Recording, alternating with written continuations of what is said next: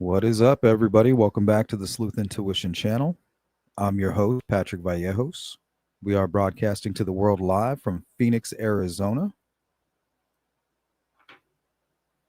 Today, we will be covering Bundy-Kohberger, Ted Bundy, Richard Allen, and a case you may not be familiar with, Cassidy Rainwater.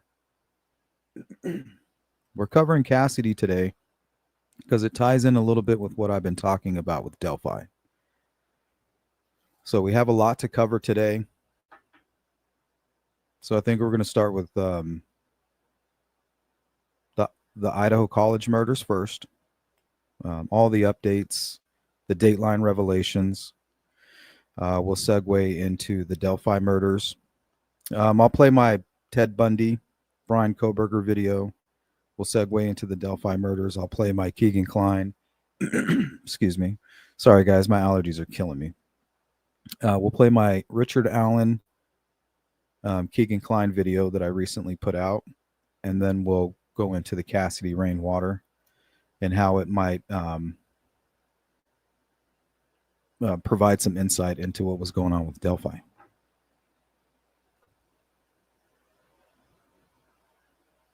It's our time down here. Total stranger. I'm calling you Rick and Look, Sheila. bro, Like they're we're not in some kind of serving AA breakfast. meeting. Yeah, I'm sorry. Who's this gentleman sitting behind you? Hello, Miss Lady. What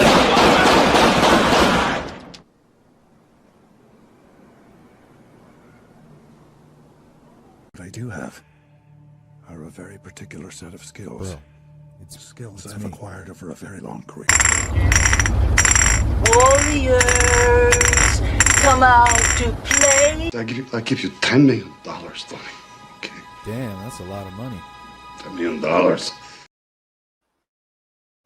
Damn, that's a lot of money. What's up, everybody? Welcome in, Big Bird 420. GP, good to see you. Ralph, the blind pug. Jill, always good to see you, Jill. Cyber Warrior, what's up? Jari, Tommy Baker, what's up?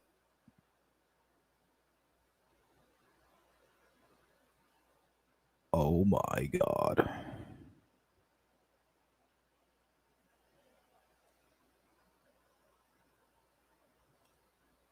Damn, it's a lot of money.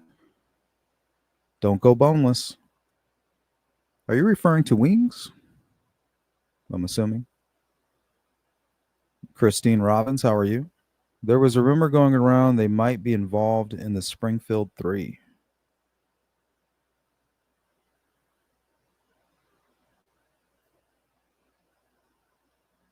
Who, these two dimwits over here on the right? Timothy Norton. Let's see, what's this guy's name right here?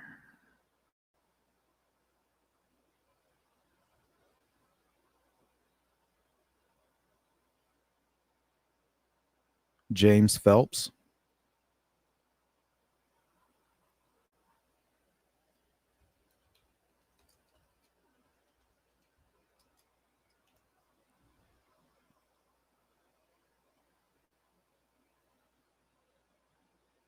Good to see you, Beth. How you doing?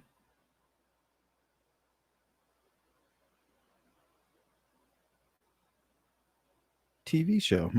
You got me.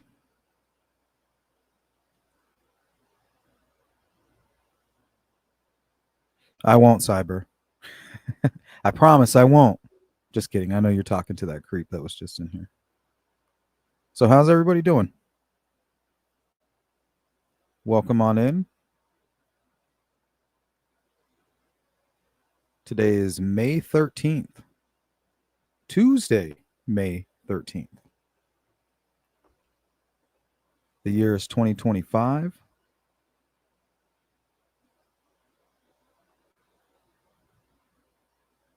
And the earth just keeps on spinning.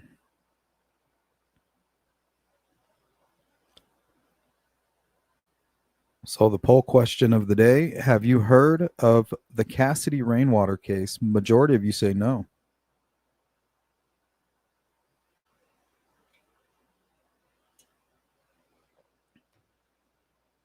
It's a case involving imprisonment. Cassidy, she was 33 years old. Case is from 2021 out of Dallas County, Missouri. They put her in a cage in the middle of the woods, tortured her, killed her, dismembered her, and then put it on the dark web.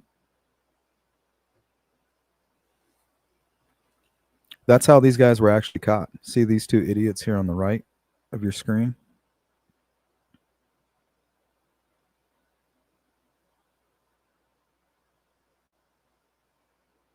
They kidnapped Cassidy. They tortured her, imprisoned her, took photographs and documented the entire event, and posted it to the dark web.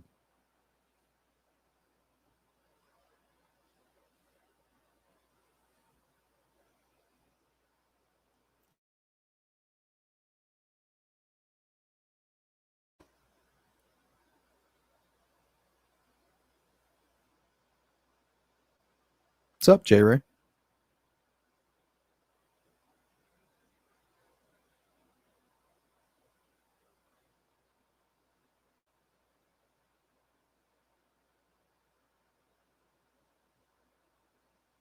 What's going on, Jari? You know, it's funny when you start getting closer to the truth, that's when you have the trolls.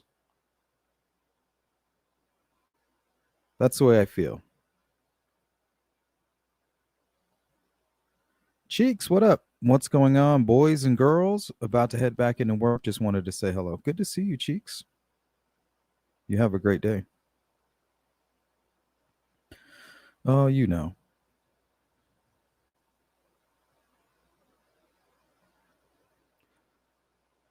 Well, it'll probably take them another 5 minutes to create a new account. That's usually the average time it takes for a troll to go into YouTube, make a, I don't know, fake email address maybe, and then create a YouTube channel. So they'll probably be back in 5 minutes. And usually they have maybe one, maybe three more. You know, they usually burn out after three more.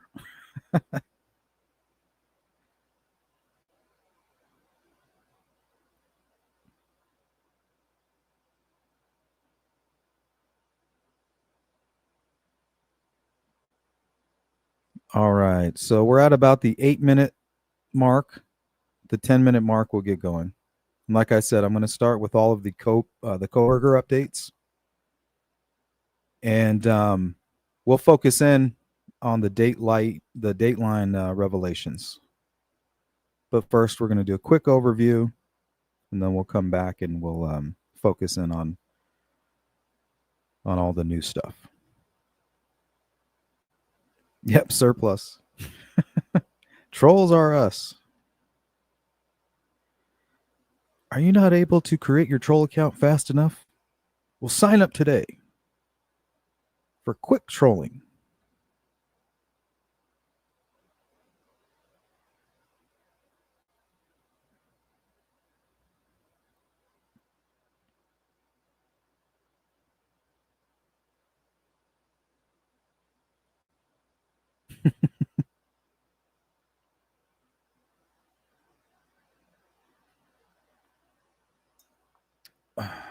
All right, let's take a look at the poll. Have you heard of the Cassidy Rainwater case? 7% say yes. So some of you out there are very familiar with it. So you guys know what I'm talking about. They kidnapped this poor girl. They tortured her. They kept her in a cage. And the cage wasn't even inside. They kept her caged like some zoo animal. They documented it and posted it to the dark web. Somebody on the dark web came across the photographs, took screenshots, and sent them to the FBI. So now you know why we're going to talk about it right after we get done showing my video that I did on Richard Allen and the Kleins.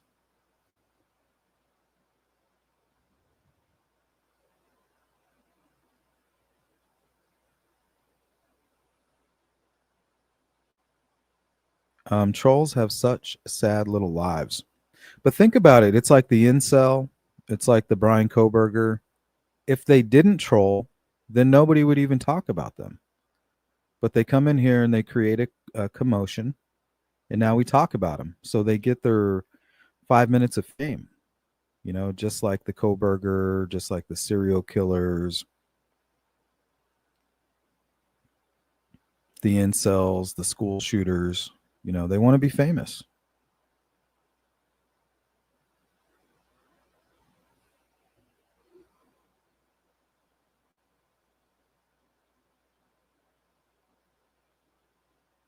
Jari says, I've never heard of it.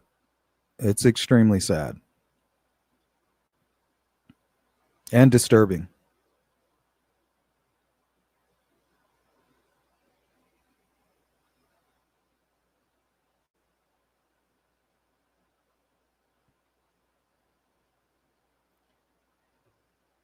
J Ray says, wild to consider the possibility of being kidnapped at 33. Yeah, and it's not like she was out on the street, you know, just walking, and they're like, "Hey, little kid, you want to pet the kitten, or you want to help me find my puppy?" No, she was like, kind of, I would say, we called it couch surfing. You know, when you're young and you didn't give a shit, you're just kind of bouncing around, or just on hard times or whatever. Well, she was staying with one of these perpetrators, and that's when they kidnapped her and did what they did. So she wasn't like a random target, I guess, is what I'm trying to say. Cyber Warrior says, happy people don't bully.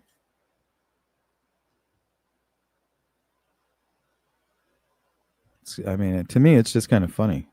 Because the amount of effort it takes to do all that versus what it takes for me just to block you.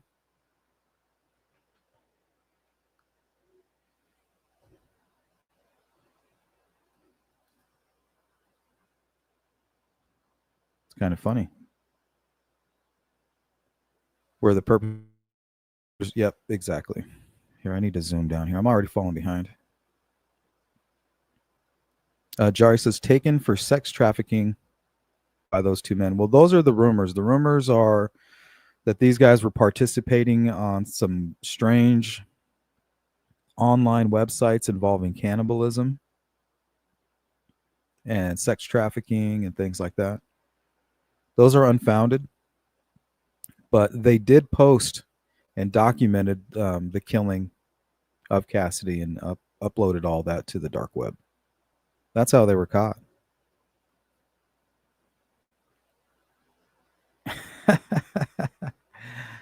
Oh, wow. Yeah, I believe you.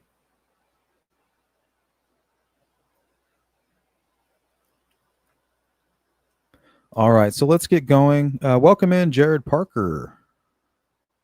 Has resting constipated. See, 5 minutes, almost to the dot. That was pretty quick, Jared.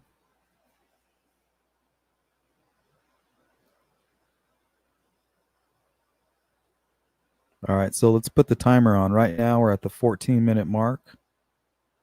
I'm going to say at the 19-minute mark, we'll probably have 2 of what I'm expecting 3 final attempts by the troll. Wonder how many people taken for sex trafficking are men.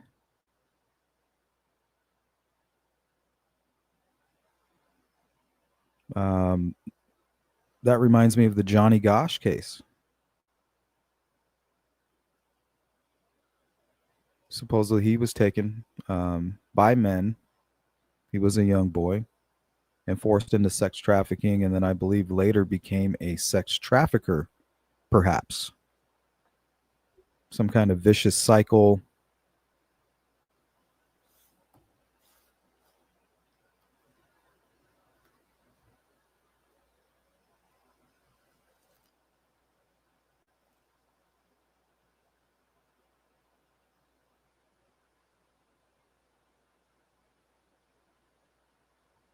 What do you call it when you fall in love with your captors, or you side with your captors?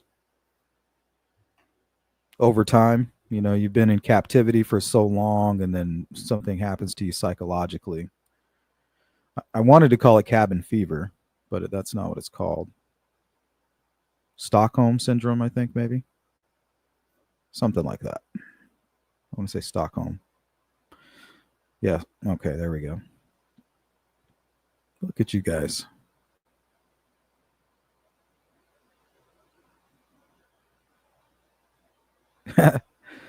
Don't go boneless. Yeah, good trolls, you know, I mean, they'll become your friend. They're in it for the long haul. They'll act like they like you for 6 years, and then boom, they'll stab you right in the back. Like, haha. You didn't know I was trolling. Bro, you're my kid's godfather.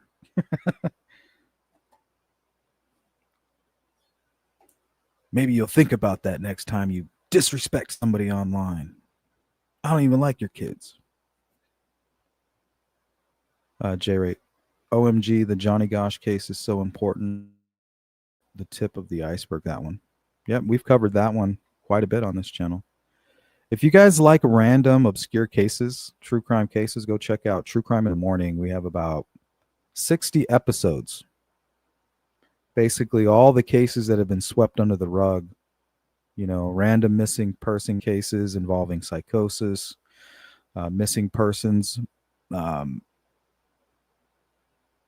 with addiction issues.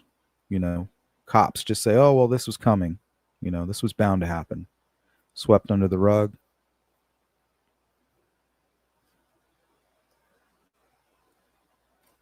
So we mainly covered those types of cases over there. Thank you, guys. Yep, that's it. Stockholm Syndrome. What a crazy thing to happen, right?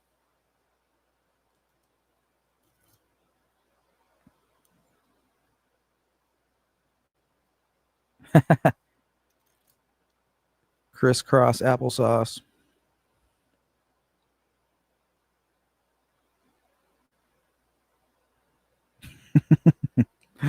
Yeah, trust me, some of these trolls are diabolical. It's very scary. They put in the time. That's why it takes me years to trust some people. Like after a couple of years, I'll be like, okay, I trust you. What's going on, Anna? A couple other boys also disappeared after Johnny Gosh. Seems like law enforcement would have noticed a pattern. I just think that we give law enforcement too much credit. You know what I mean? It's just a group of men who were trained to do a job, doing their best with what they have, with the bureaucratic limitations, right? And when they clock out, they go home and they go to their lives. You know, they're not like these superheroes, even though they are superhero-likes, and at times they can be individual superheroes. And they, you know, I don't want to take anything away from first responders. I'm just saying they're just people, you know?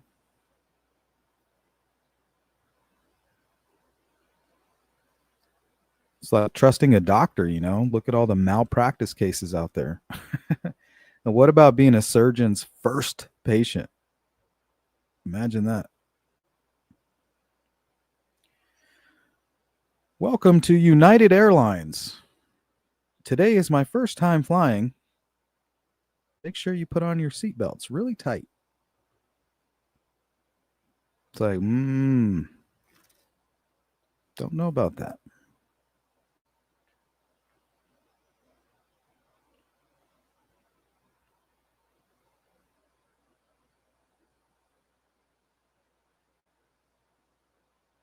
All right, guys, we're about 20 minutes in. Let's go ahead and get started here. So we're going to start with the Idaho college murders, the Bundy-Kohberger updates. Kohberger's trial is set to begin on July 30th, 2025 in Ada County, Idaho, after being moved from Latah County due to concerns about media coverage tainting the jury pool. The trial is expected to last until late October 2025, with jury selection starting on July 30th. So, I mean, that's really right around the corner if you think about it. This year is flying by. Hey, Alex, coming through with a super sticker. Thank you, Alex. All right, guys, we've been legitimized. We now have a sponsor, Alex, from across the pond. Thanks, Alex.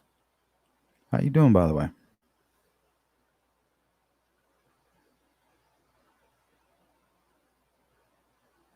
That's interesting. Bosch.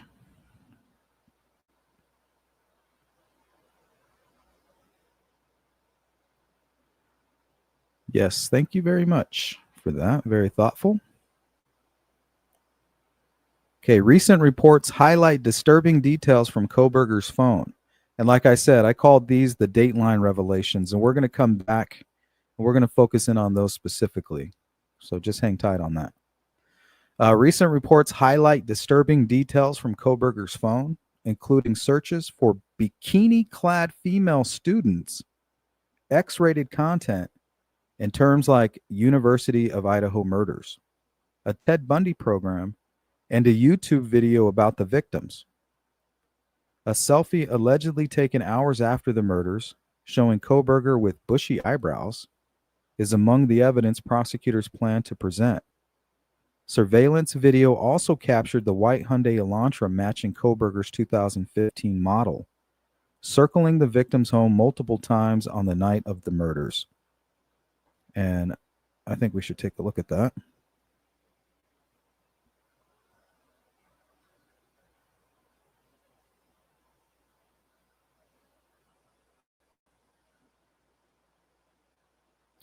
Oh, this is so annoying. I hate when this does that. All right, just bear with me, you guys. I'm pulling up my screen now. Don't panic.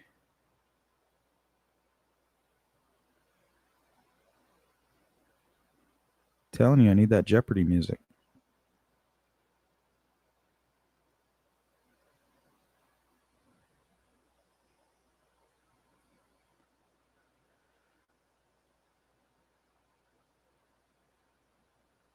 Looks like he's got caterpillars crawling across his eyes, or little squirrels. Like squirrel tails.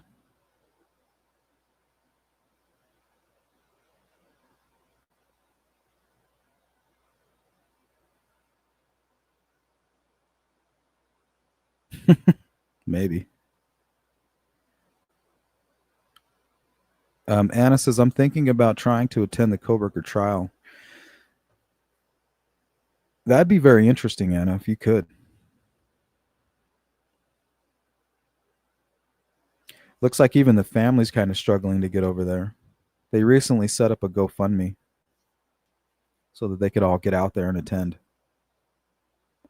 So here's the selfie, and I think there might be another photograph of him in like a hoodie or with like a hood over his head.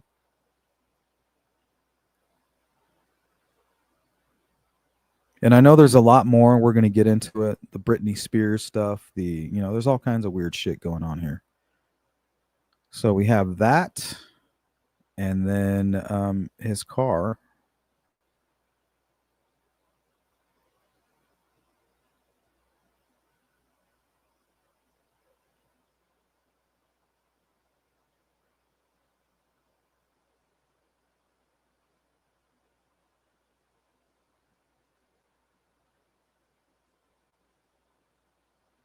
Yeah, notice the time. I put an arrow up here because that's the most important thing, is the time of day. 3:56.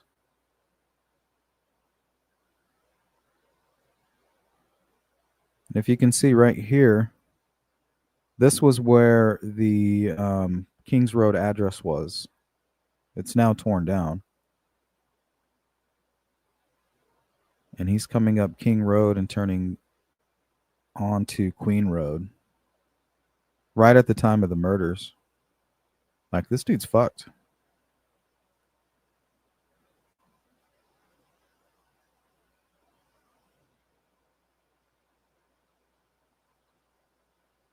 All right, let's continue on here.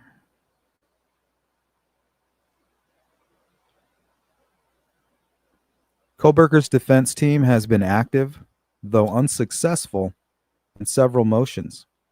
They attempted to suppress DNA evidence from a knife sheath found at the crime scene, arguing it was mishandled. but the motion was denied. They also sought to remove the death penalty, citing Kohberger's autism spectrum disorder diagnosis, claiming it affects his behavior and could prejudice jurors. The judge rejected this, stating ASD does not preclude the death penalty.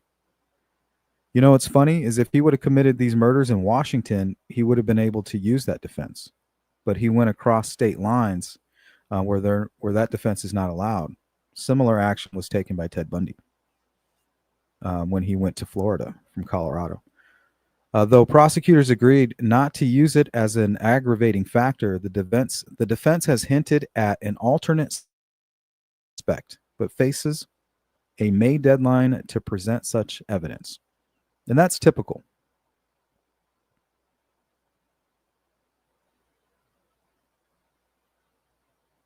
Yeah, I appreciate that, Alex. She Warrior, what's up? Good afternoon, everyone listening from work. Hope everyone is having a great day. Yes, I am well, She Warrior. My ankle's still a little bit sore, but other than that, we're good to go. I hope you're having a great day. Good to see you.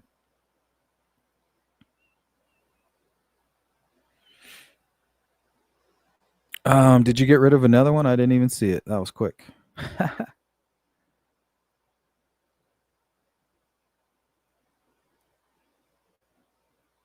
What's up, Frank?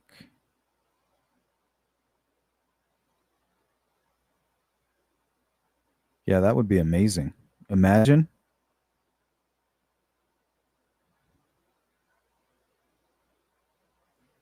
Dark Side, welcome in. Little hedgehogs. I mean, it's super bushy. It reminds me of like those mic covers, you know, so you can try to combat the sound of the wind hitting onto the microphone. It's like you put on this little furry thing, and it protects your microphone, you know, from having that corrupting your audio. That's what that reminds me of, a microphone cover, a wind cover.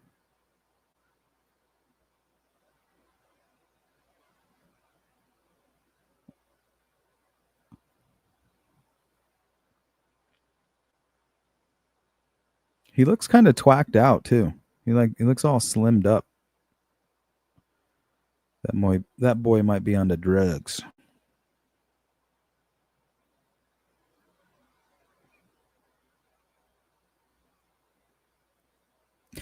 Caterpillar brows. Two little feral kittens. Figure if I can attend the trial, I can get reports for certain special YouTube channels. Hope I make that list. Yeah, that would be incredible. Just the photographs that you would be able to capture would be amazing. I'd be jealous. It's going to be a circus for sure. I don't care what anybody says. Well, if he was in Washington, it sure as hell would. It's crazy, you know, that's why, I guess that's why we have states. Hey, this account. Thank you so much. So now we have 2 sponsors, Alex and this account. Thank you, guys. Thank you for supporting my channel.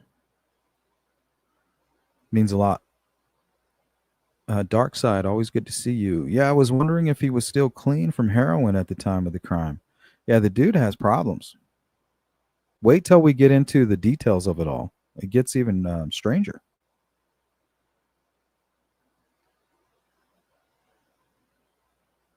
Prosecutors plan to introduce Amazon purchase records. Here, let me switch this over. Amazon purchase records showing Kohberger bought a knife and sheath similar to the one found at the crime scene, along with the black balaclava purchased in January of 2022. So let's take a look here.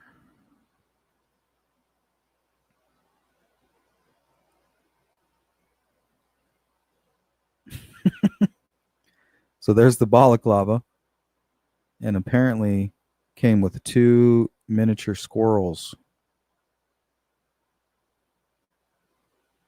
as an accessory. Hello.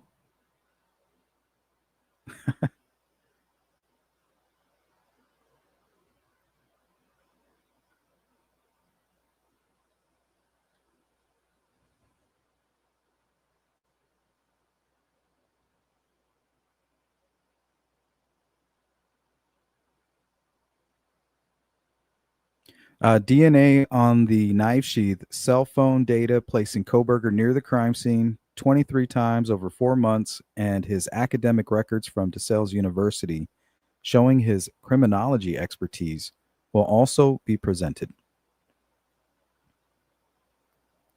The families of victims Kaylee Goncalves, Madison Mogan, Zana Kernodle, and Ethan Chafin have expressed frustration with the legal process, with some launching fundraisers to attend the trial.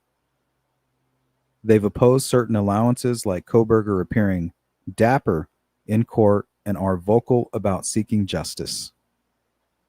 A sealed hearing occurred on May 5th, 2025, with no public or media access, reflecting the case's ongoing gag order, limiting public statements from attorneys and others involved.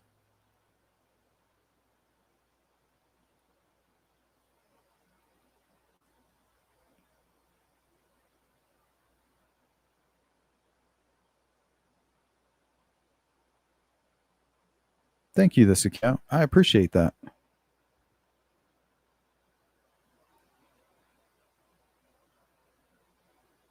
Joseph Ash, if Bry, that's gross. Don't call him that, doesn't get the death penalty, then how does one get the death penalty? That's a good question.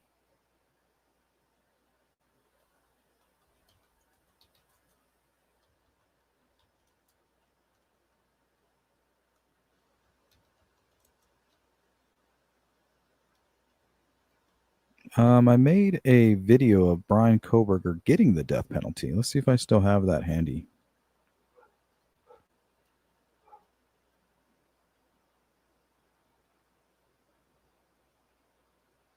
Yeah, here it is. Titled it Firing Squad. It's kind of creepy. It is a little dark. I will admit that. But let's take a look.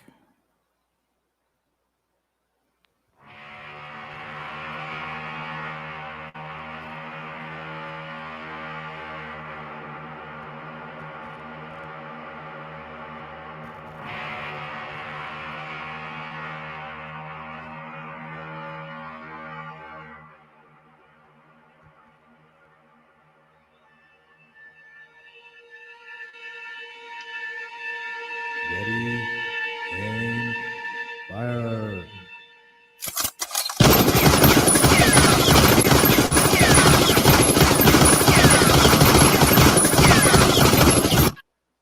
Might be a little excessive. Not my best work.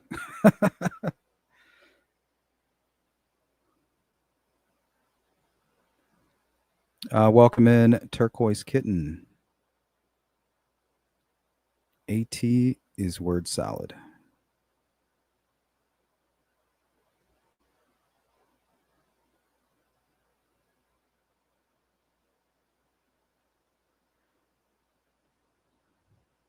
All right, so let's focus in on the Dateline revelations. It's kind of a lot to go over, actually. It's a lot to cover.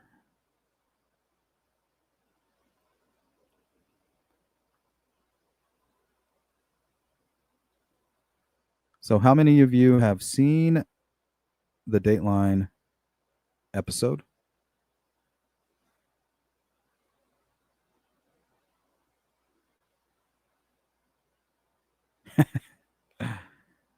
No, those are doppelganger squirrels. Hey, Miss Dog Lover, what's up? Speaking of Mrs. Dog Lover, your merch went out this morning. Do you think he got rid of the knife on the drive home or some other time? It's a good question.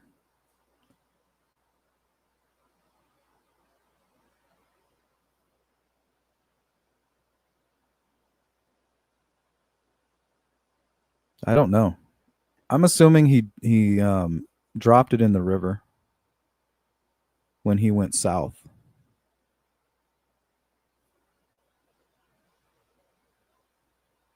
How does someone possibly think they are smart but take their phone with them, airplane mode for the 30 minutes, leave the phone at home running on YouTube. Well, think about it, Joseph. If he did not drop that knife sheath, he might make it in the news, might even make it to trial, but there's no way they're going to make it stick. So I think he planned to leave no evidence at the crime scene, nothing in his car, become a suspect, but thinking it would be unable to be proven. I think he took all his smartness went into no DNA being found in his vehicle. Like him taking off the coveralls. Like, I think he focused on all of that too much.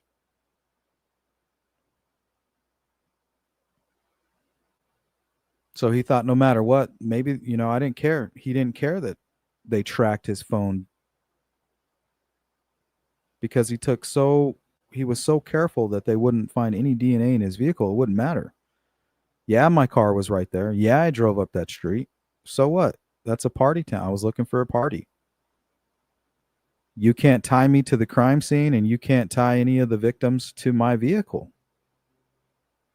So I think he focused in on that. I think he was very careful about that part. Because then the rest wouldn't matter. But the dummy put on coveralls and didn't have anywhere to put his knife. So he had to carry it around, probably put it in a pocket or something.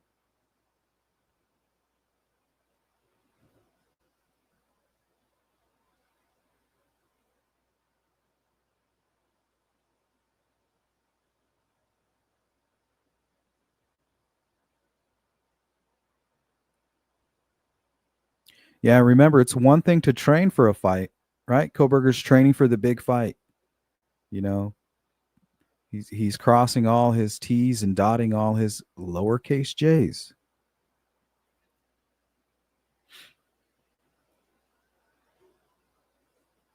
But when you're under those bright lights, everything can fall apart. The pressure's on. He's been fantasizing about Ted Bundy and the BTK. But when he actually gets out there, it just all starts to fall apart. Jerry Sleuth, just FYI, it's a soft C on Goncalves. What do you mean? It's pronounced like Gonsalves. Oh. Okay.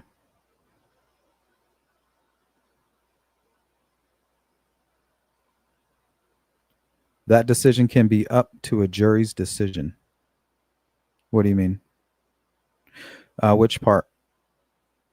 You talking about the capital punishment part of this account? Hey, Don Spain. Good to see you, my friend. I'm calling him that because I don't respect him and hope he can see it. He's a biatch.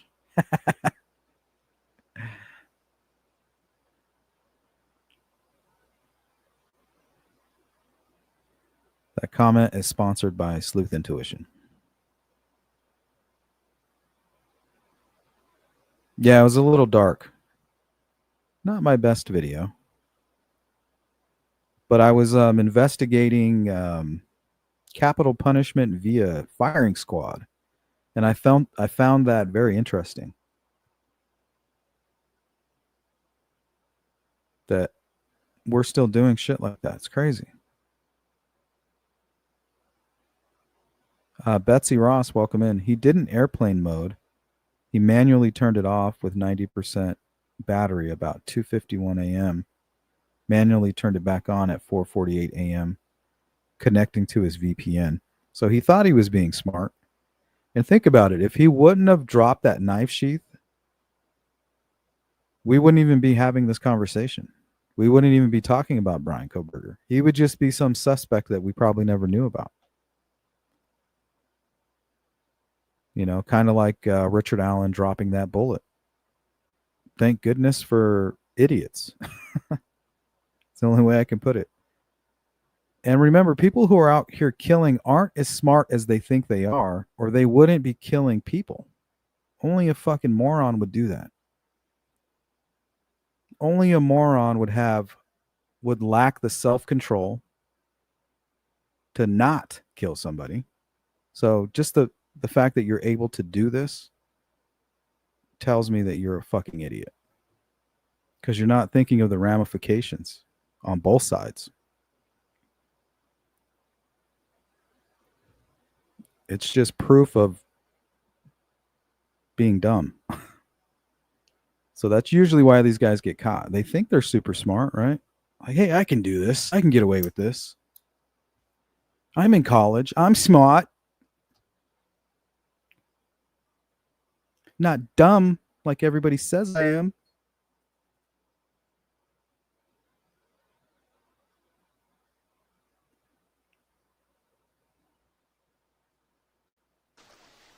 I can handle things. I'm smart. Not like everybody says. Like dumb, I'm smart and I want respect. Something like that.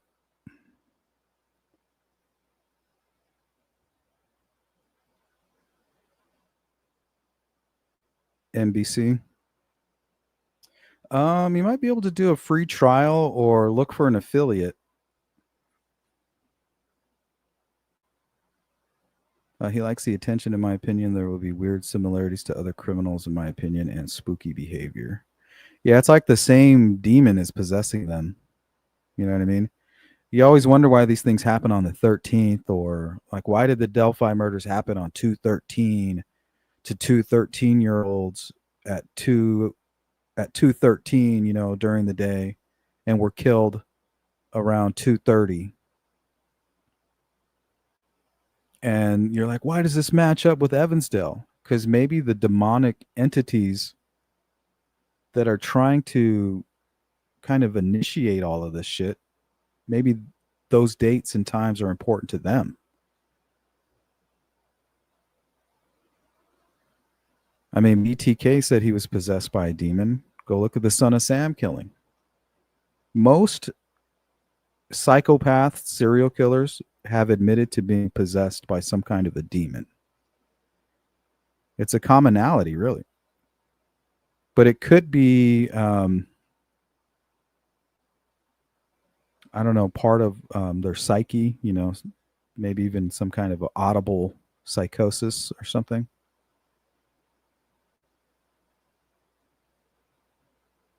Maybe not. It's like one of those paranormal investigations that needs to be done. BK was tracked to Clarkston, Washington. Yeah, so I'm thinking that's where he dumped the knife out there, Anna. South of Moscow the same day. Two big rivers meet at that point. Lots of opportunity to discard. Yep. That's what I'm thinking right there. Anna hit it right on the head. Bink. I think that's where the sheath is. This is not some small river. I might have some images of it. Hold on.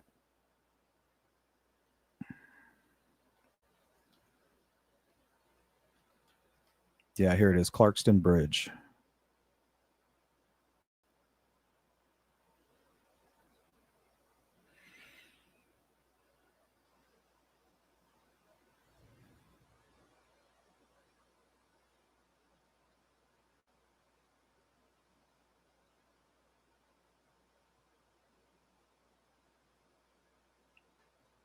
God, it's like a million buttons just to like navigate through all this.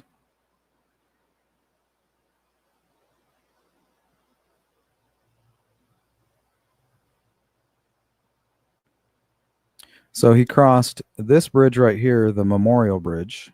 So he could have dumped it here in Clearwater River.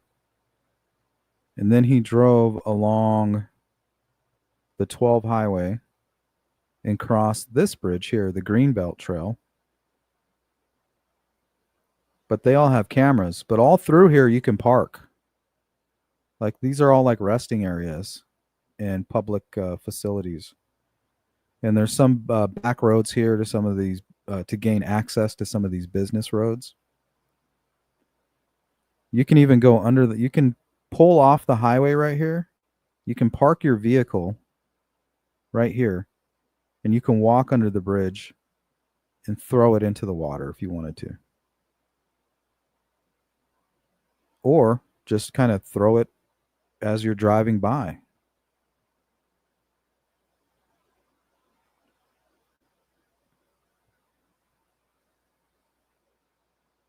JR girl, what's up? So he's as good as John Wick? What do you mean? Need a little context with that. Remember, guys, I'm always about 5-10 minutes behind the chat. And that's my fault. The 4 passes of the vehicle on a few cameras repeatedly creating 25 data points is almost more damning than DNA. Not really. Because you can't tie him to the crime scene. And you can't tie the victims to his car. It's a college town. He's a college kid. He's looking for a party. I heard there was a party over here. You can't tie me to that house. I just drove by. Go ahead, search my car. You're not going to find anything in there.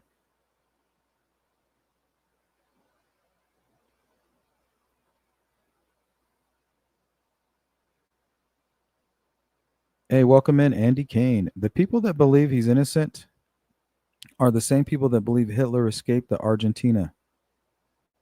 I'd believe Hitler escaped, though, before believing Bryan innocent in 2025. Absolutely. There's actually evidence that Hitler was in Argentina. There's actually historical documents that give credence to that. But I haven't seen anything that give credence to Bundy-Kohberger's innocence. I mean, this dude he's done. He's cooked. Honestly, I thought they were going to announce some kind of a plea deal. Like, hey, if you take the death penalty off of the table, I'll tell you everything that happened and why I did it. But at this point, the prosecutor's probably like, hell no, we're going to fry you, dude. We're going to sit you up in front of that firing range, and we're going to kill your ass for what you did to those kids. No plea deal, because I think they have enough evidence to fry him. The dude is cooked. No doubt. Okay, and to catch up on the chat, and then we'll go into the Dateline revelations in detail. Just hang in there. Eyewitness described the intruder as wearing pants and a hoodie, though.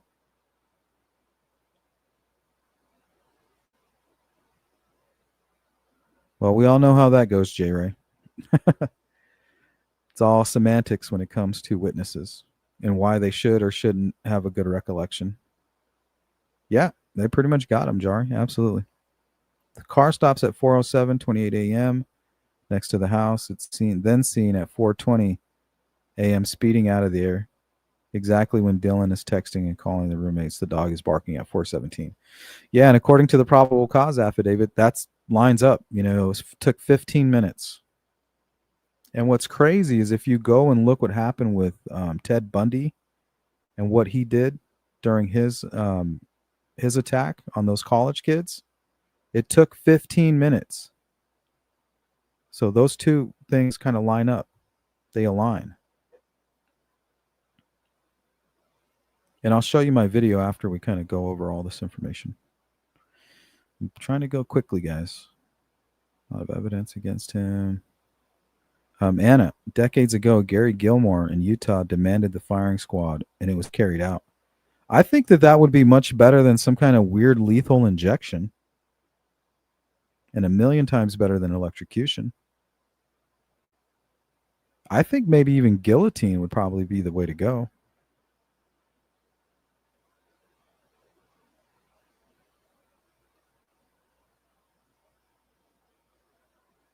Miss Doglover, presumably firing squad is cheaper than lethal injection.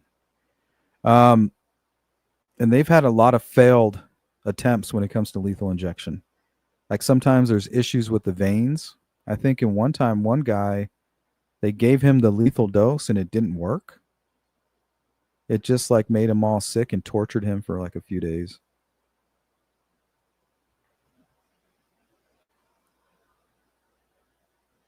Yeah, I think recently there was a case out of Indiana where the guy's veins like collapsed.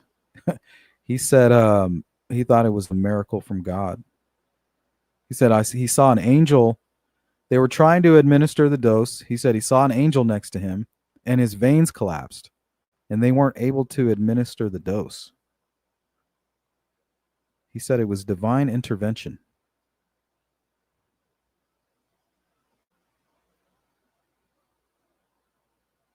And it says the DNA on the knife sheath on the snap was touch DNA, but from that they found a BK through genetic genealogy.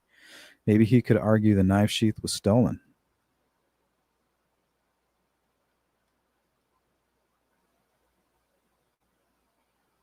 Yep. I think that's what they were planning to do, that, Anna. And I think they even planned to provide a name of the person they believe who stole it and committed the murders. But that all fell apart after they found the Amazon searches and all that stuff. Did he look at repurchasing the knife because he wanted to do it again or what? I think so. Maybe that was going to be his signature and he wasn't thinking. You know, every time I commit these murders, I'll purchase a new knife. But I don't think so. I think it was a huge mistake on his part, leaving that knife sheath. And I think that he was looking to purchase it in case he was questioned.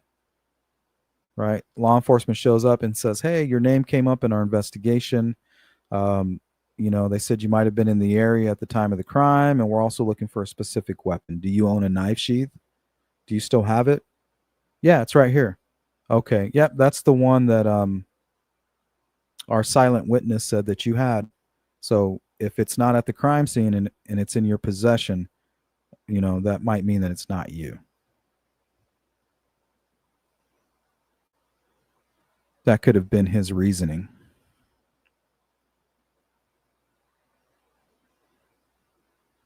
I'm smart. Not dumb like everybody says I am. Chris Watts. Possessed by something and couldn't stop. There you go. Demonic possession. It's like a commonality here. Johnson, Idaho for 3 hours when he turned his phone off again the next day. Yeah, I think that was him burning some stuff and throwing some items into the river.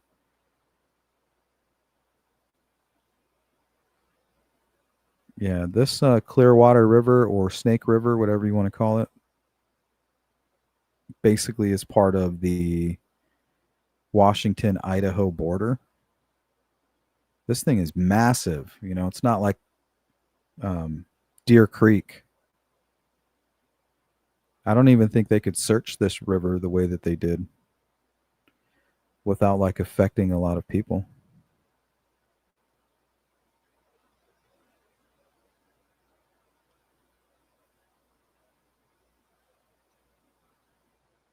Yep, Snake River and Clearwater River.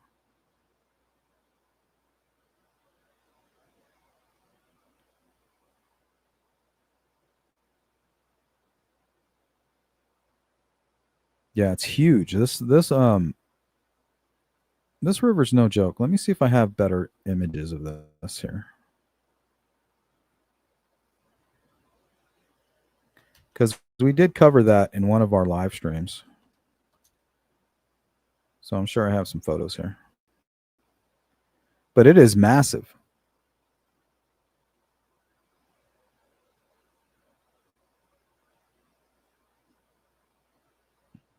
Don't take my word for it.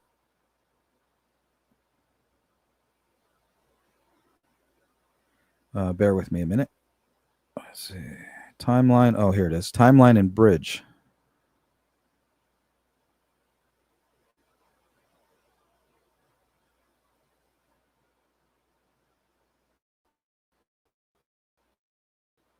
Okay, so let's take a look at this folder that I put together. Let's see if we can put it into perspective.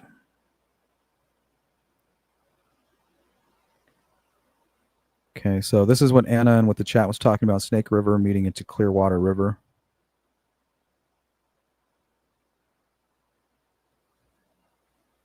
You can kind of see Pullman versus Moscow versus where this river is down here in Clarkston and Lewiston.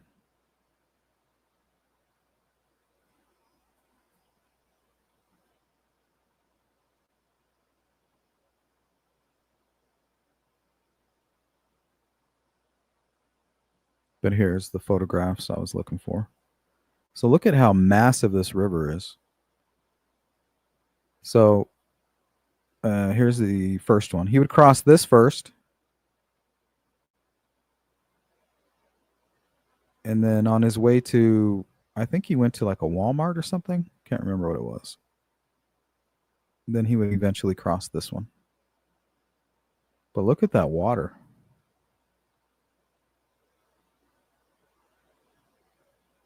You know, that's not Deer Creek. If somebody threw a blade over that, man, that'd be tough to find.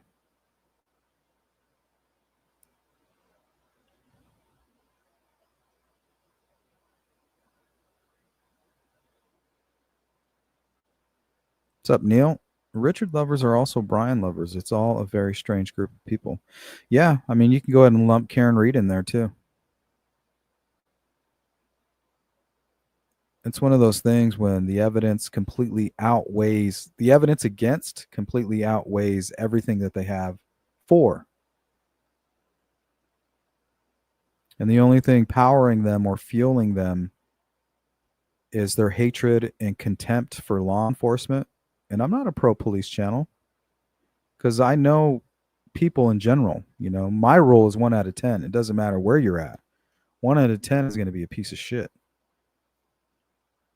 So, you know, we're not pro-law enforcement, but they have this weird contempt and anarchist view on the world where no matter what, they're just against the system. And sometimes the accused becomes a symbol of that aggression. They like to create idols and then burn them down. Same as they like troll kings, right? The cult will create a troll king. The troll king stands up on the podium and says, "Hey, look at me, I'm king." And before they know it, he's eaten alive by the trolls, and then a new troll king is elected. It's a vicious cycle, but entertaining to watch nonetheless. Anyway, I digress. Okay, guys, let's go into the Dateline information, the revelations, if you will. Cell phone data and online activity. Kohberger's phone records showed searches for sociopathic traits in college student. What the fuck? In September of 2022, pornography-related terms like drugged, sleeping. In October of 2022, post-murder searches included University of Idaho murders. Right, we saw that with Kagan Klein, Richard Allen. But I don't think that's too unusual. But this is strange. Ted Bundy and Britney Spears' song Criminal. So he was like feeling himself. He's taking selfies and he's listening to Britney Spears' Criminal because he's a criminal now. And I actually have a little snip from the Britney Spears video. Let's take a little look-see here. He's bumping. This dude is insane.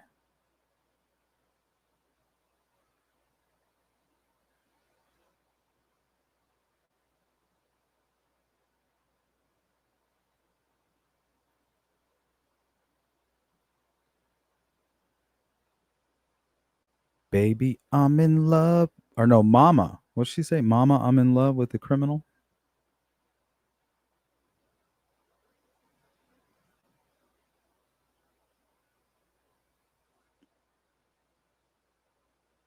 Yeah, that's kind of like the glue, huh? Dark side. Ties everything together. Even between his white Elantra, the computer searches. Anna, the Clearwater River is absolutely clear. It would not be hard to find things on the bottom if somebody was looking for stuff at the right place. Yeah, if they knew, they had like a little bit of direction, I think so. But just randomly, I think it'd be impossible. Like, let's just say he didn't throw it off the bridge. He kind of just drove along the river and threw it out there. It's not like it's going to be shining and sparkling, you know. It's going to eventually sink into the dirt and the sand and the soot. They would need to have somebody kind of point them in the right direction. The Snake River in southwestern Idaho is my backyard. Then it goes through Hell's Canyon and collects water from a number of other smaller rivers at Clarkston. It is very big. It looks beautiful, though. Like, that looks like somewhere I would really like to visit. Looks like a nice little area right there. In the case, since it first happened, I took a step back, and now I'm just waiting to see what's presented. Oh, thank you, J. Ray. Yes, Albertsons. So he ended up going to the Albertsons. Thank you for that, J. Ray. We'll get it right eventually.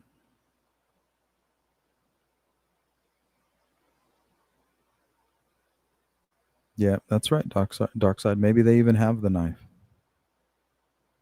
It's not something that the prosecution's going to come out, or excuse me, the defense is going to want to make public. But I doubt it.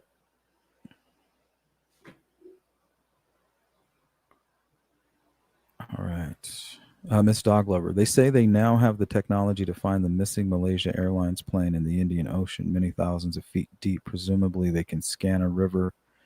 I don't know. It's a much larger object.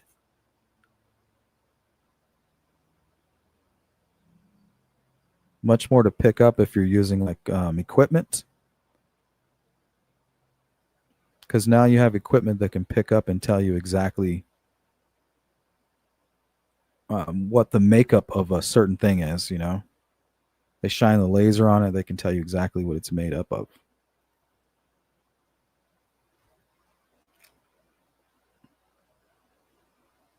What's up, Toby? My life is nothing when I'm not trolling Patrick. He's back. Where'd you go? Where did you go? It would depend on where he might have tossed out things. I'd guess he would have stopped at known parking areas. That's what I'm thinking. I'm thinking too easy to throw it off the bridge, right? He's thinking, well, they would be able to find it here. Let me pull off. Let me find a nice place to park. Maybe walk a bit and kind of fling it as far as he could towards the center.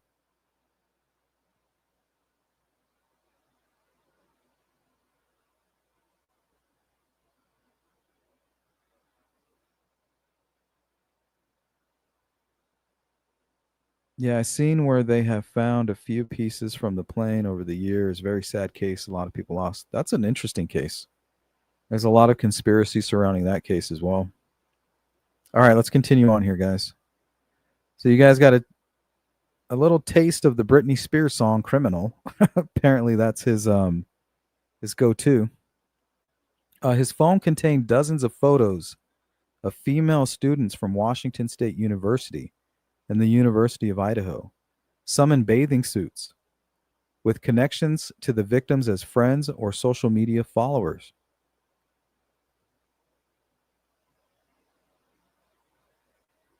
Cell phone tower data indicated Kohberger's phone connected to a tower within 100 meters of the victim's home at 1122 King Road on November 13th, 2022 at 4:48 a.m.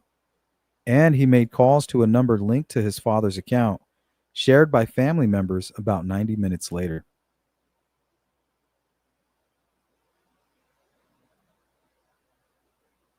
Anna says, I think it's been disproved that BK drove up the Clearwater River to Johnson. I think the actual route was up the Washington border back to Pullman. I think it was verified by cell phone information, Anna. I could be wrong, though. I have to be mean to you people for my life to actually mean something. Can somebody get rid of that guy?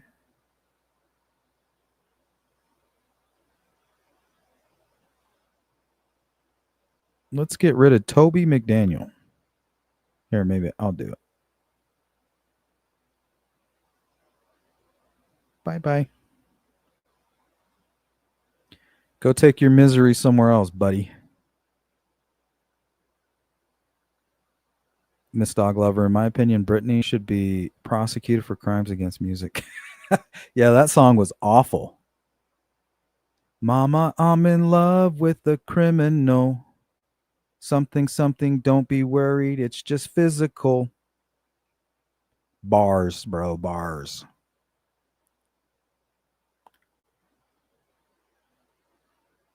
Okay.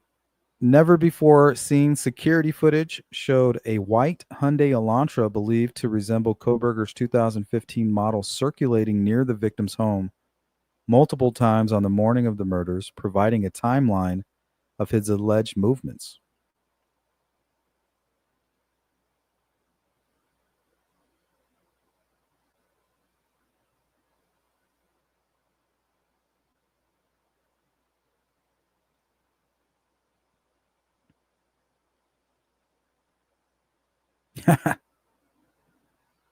Yeah, that sounds like a you problem, buddy.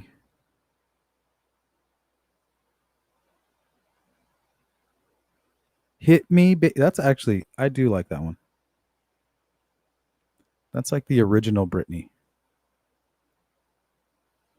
Hit me, baby, one more time. That one's okay. I'll allow that one.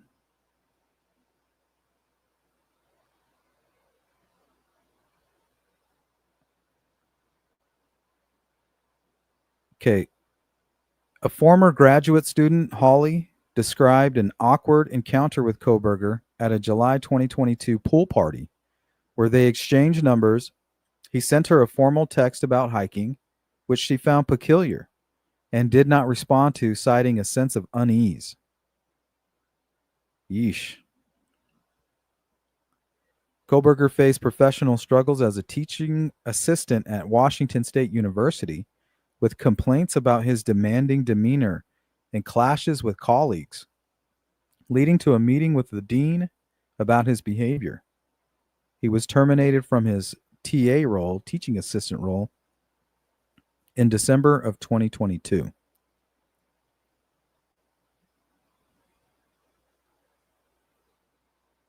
Oh, yeah. Oops, I did it again. Something. Yeah, that's old school right there. It's kind of like the original NSYNC music.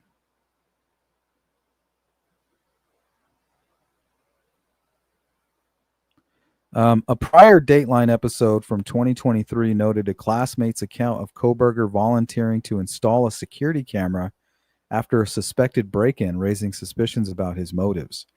Now, that was very much like the BTK.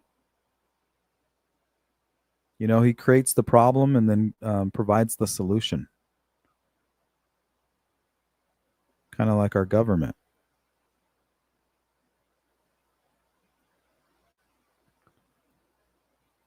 Sources indicated Ethan Chafin was likely the last victim targeted, possibly asleep, with the killer carving his lower legs.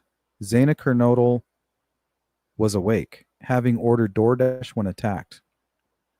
A knife sheath found at the scene contained male DNA, later linked to Kohberger through trash from his family's home in Pennsylvania. Hours after the murders, at 10:31 a.m. on November 13th, 2022, Kohberger took a selfie with a thumbs up in his bathroom. Another selfie showed him in a black hoodie resembling Ted Bundy's attire in a video. During his December 2022 arrest, Kohberger reportedly asked an officer about his education and suggested getting coffee, showing a lack of awareness of the situation's gravity.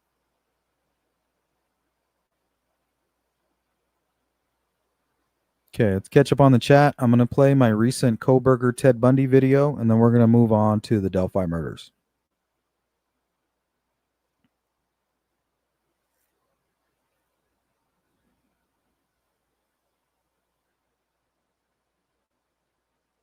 Okay, so after hearing about Bryan Kohberger's infatuation with Ted Bundy, I went ahead and made this video for you guys. Let's take a look.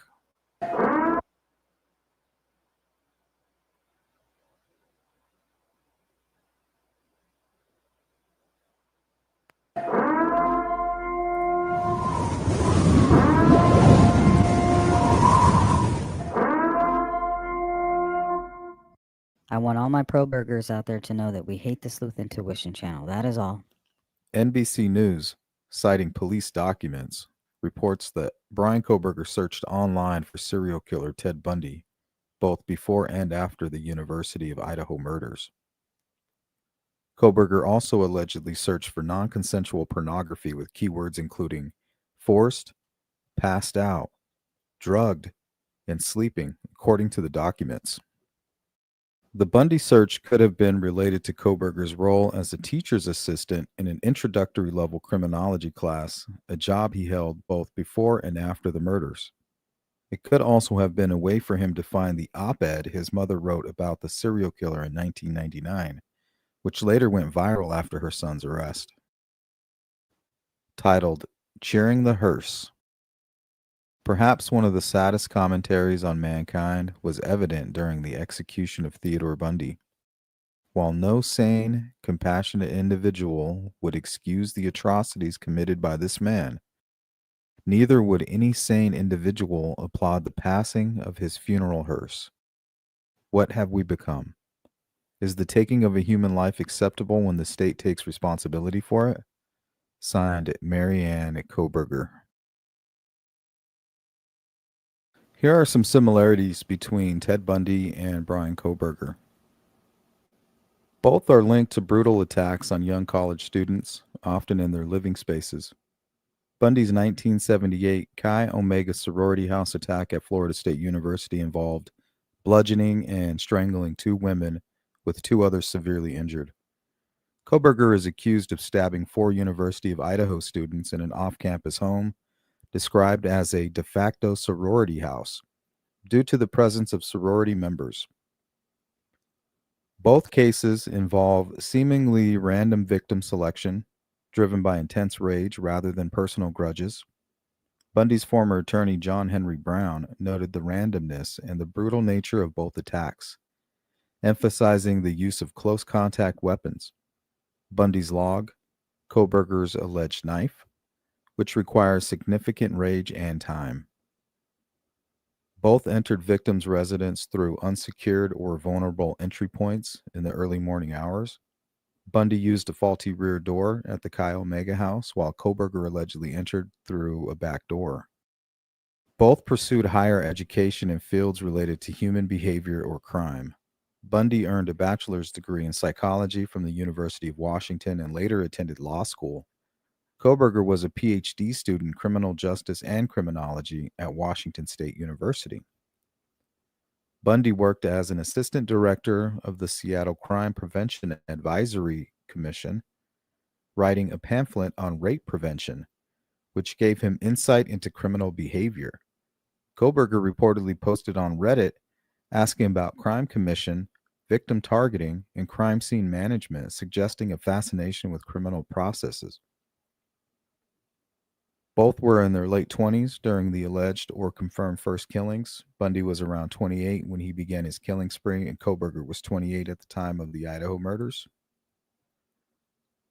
Social media and body language experts have noted superficial similarities in their mugshots, including similar hairstyles, high arched eyebrows, thin lips, gaunt cheekbones, and intense facial expressions. A body language expert, Patty Wood, highlighted that both displayed a frozen lower face and expressive upper face, eyes and forehead, suggesting controlled anger. Online discussions, particularly on Reddit, have emphasized their eerie resemblance, which some users claimed Kohberger looks like Bundy reincarnated. Brown pointed out, fascinating parallel. Bundy escaped from Colorado, where the death penalty was soon unconstitutional, to Florida, where he committed murders and faced execution. Kohberger allegedly drove 10 miles from Washington, no death penalty, active mental health defense, to Idaho, where you have the death penalty, no mental health defense, potentially increasing his legal jeopardy. Both studied in Washington State, Bundy at the University of Washington, Kohberger at Washington State University, and the crimes have been associated with the Pacific Northwest. Recent reports indicate Kohberger searched for Ted Bundy online in the weeks before and after the Idaho murders, suggesting he may have studied or been fascinated by Bundy's crimes. Former FBI agent Tracy Walder noted that Kohberger, as a criminology student, was likely familiar with Bundy's case, particularly given the similarities in targeting sorority-affiliated residences. 1978, Ted Bundy broke into the Chi Omega sorority house at Florida State University in Tallahassee around 3 a.m., shortly after escaping from jail in Colorado. He entered through a rear door with a faulty lock, carrying a piece of oak firewood as a weapon. In less than 15 minutes, he attacked 4 women, killing 2 and severely injuring 2 others, while over 30 potential witnesses in the house heard nothing. Margaret Elizabeth Bowman, 21, was bludgeoned with the firewood while she slept and garroted with a nylon stocking. She died from her injuries. Lisa Jeanette Levy, 20, was beaten unconscious, strangled, bitten deeply on her buttock, and sexually assaulted with a hairspray bottle. She also died. Kathy Kleiner, 21, was attacked in her bedroom. Suffering a broken jaw and deep shoulder lacerations, she survived, likely because a car's headlight illuminated the room, spooking Bundy. Karen Chandler, 21, was bludgeoned in the same room as Kleiner, sustaining a concussion, broken jaw, lost teeth, and crushed finger. She also survived. After fleeing the sorority house, Bundy broke into a basement apartment 8 blocks away and attacked Cheryl Thomas, a 21-year-old FSU dance major. She dislocated her shoulder and fractured her jaw and skull, leaving her with permanent deafness in her left ear and balance issues that ended her dance career. Her housemate's calls to police likely interrupted the attack as Bundy fled before authorities arrived. Key evidence, including bite marks on Levy's body, which matched Bundy's teeth, and a pantyhose mask found at Thomas's apartment with hair similar to Bundy's. A sorority sister, Nita Neary, saw Bundy fleeing the house and later identified him. The attacks were marked by their speed and brutality, with Bundy exploiting the faulty lock and the victim's vulnerability while they slept. He was arrested a month later, convicted in 1979 for the murders of Bowman and Levy, and executed in 1989. Did Bryan Kohberger have a strange fascination with Ted Bundy? Let me know in the comments section. Peace.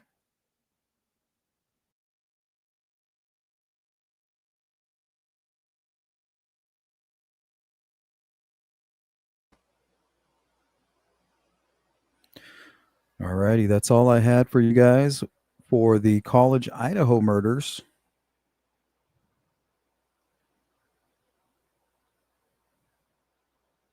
Looks like we are all caught up on the chat.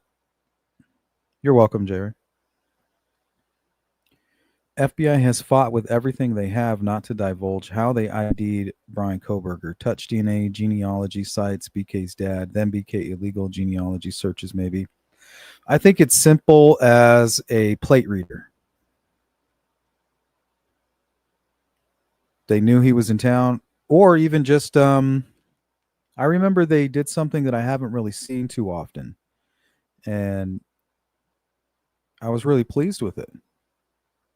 Early on in the investigation, they went door to door asking, or even publicly, they were asking for CCTV footage.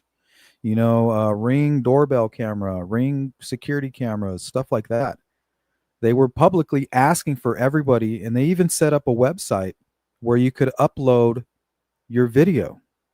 So I think it was simple for them. I think they had his license plate, they had his vehicle, they found out where he lived, and they knew this was probably their guy.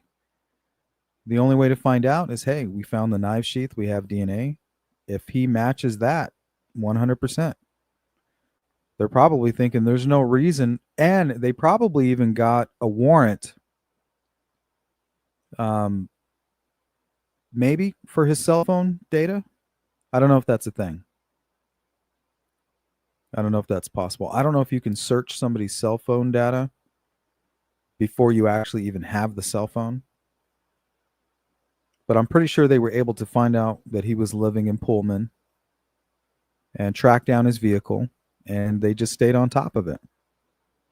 Just like they did with Rex Heuermann. Remember, they followed him and he dropped the pizza box? They pulled the pizza box out of the trash can, took a DNA sample off of one of the crusts. He didn't eat the crust. I don't eat the crust either, unless it's like a really good place. But typically I won't eat the crust. So that's what they were doing with Kohberger. He just happened to be kind of fleeing. Or a lot of you out there think that he just, it was common for him to travel with his father. And I can buy that. Because it would be simple for him to plan it, just like people are always asking about Keegan Klein and the Las Vegas trip. Well, I'll concede that it was pre-planned, right? Okay, it's pre-planned. So maybe that just gives you your time crunch or your time frame. I have to do A, B, and C, before this time. So Bryan Kohberger probably placed that same kind of a crunch on him if his trip with his father across, which doesn't make any sense to me. Well, I mean, why would he drive his car that all the way over there? I mean, it just doesn't make sense. To me, it doesn't.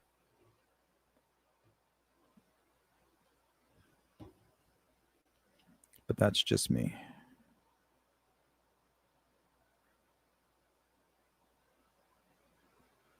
Dark side. Wouldn't Bundy go back later looking for things maybe he left or anything?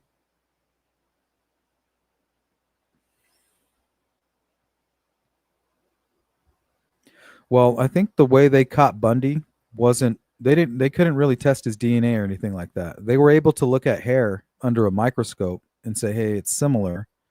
But it wasn't very accurate. They got him off of an eyewitness. So he killed the girls in the dorm room, and then he went about 3 blocks up the street and did like a home invasion in a basement apartment. And luckily the girl survived, but somebody that was nearby was able to ID him and pick him out of a lineup. And also, once they picked him out of the lineup, further investigation found like evidence that he had the pantyhose mask and things like that. So I'm not exactly sure how they nabbed him. It was probably just a description that went out, APB. There's Bundy right there, matches the description.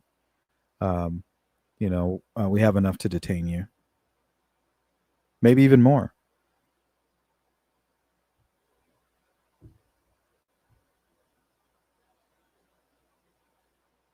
Because he was already on the run, so.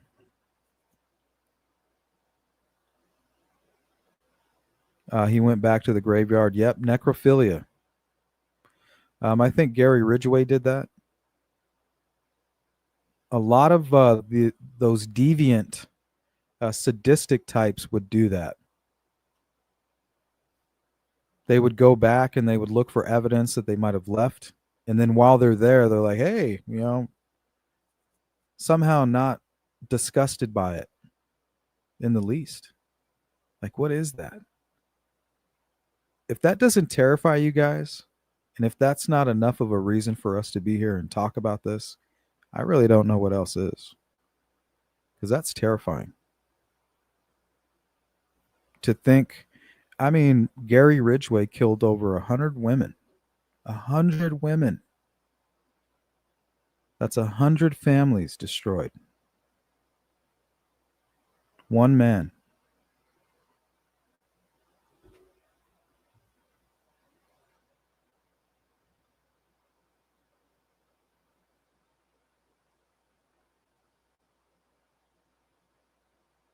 It's just crazy to think about that.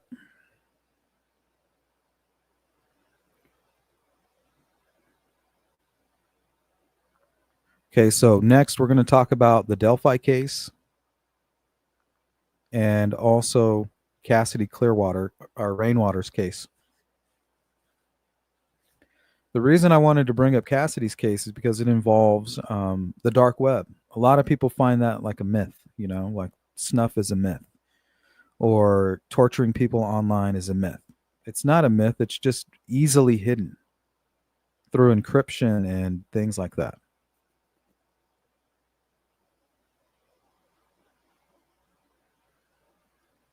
And it's not for like a mass market. It's for one individual client or small group of sick people. The same way they're able to get away with CSAM is the same way they're able to get away with this kind of stuff. There's just much more of the CSAM going on, but they're dabbling in it. It all starts with the CSAM and then it goes further.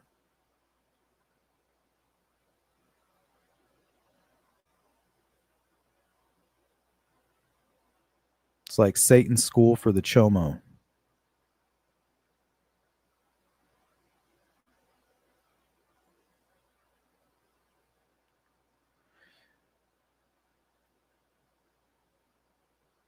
Yeah, I never thought of that. Arizona has a lot of cameras. There's cameras everywhere. Yeah, I found it odd when I tried to do a FOIA request in Indiana for a case that I'm eventually going to do a video on. I'm also working on a video here on the Rainwater case. But yeah, I found it odd that Indiana law enforcement, they didn't have body cameras until like late 2017. They had traffic cams, they had cameras on their vehicles and audio, but they didn't wear a body camera.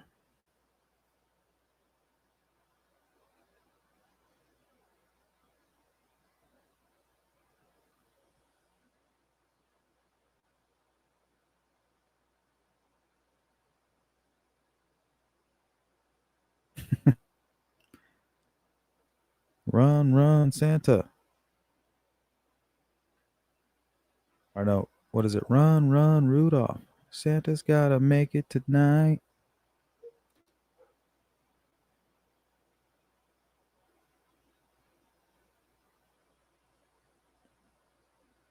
Dark side. Yeah, Ridgway could have cared less. Yeah, it was like a competition to him. He was in competition with another serial killer, Ted Bundy.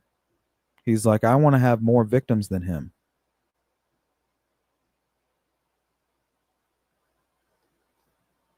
And Ted Bundy, in return, was very interested also in Ridgway.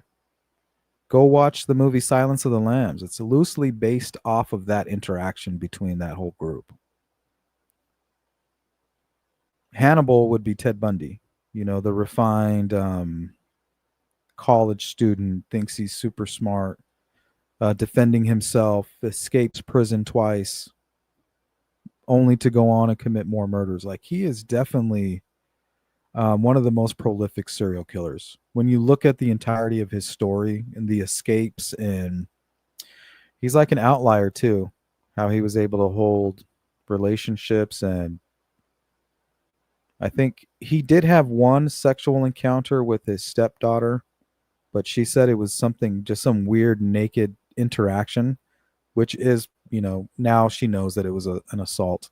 But for this crazy serial killer not to abuse her and to have this woman just fall madly in love with him, just shows you how some folks are susceptible to the manipulation.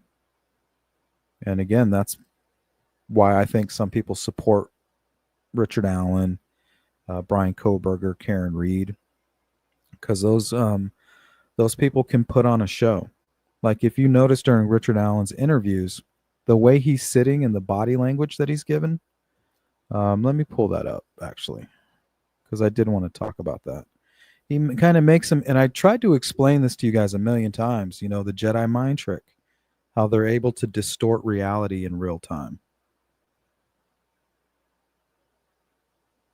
Because reality, really, it's how we perceive it. The facts are how they exist. We have no control over that. But our perception can be manipulated if you're not careful, really.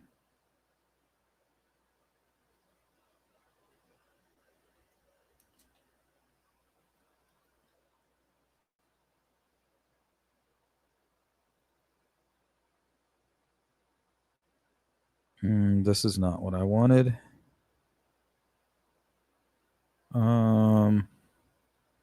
Oh, I know what I did. I put it in the Delphi trial exhibits folder.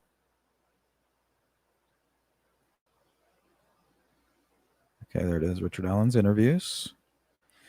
Okay, so we're going to look at just for a moment his first interview, and I want you to pay attention to his body language and how pathetic he tries to make himself seem.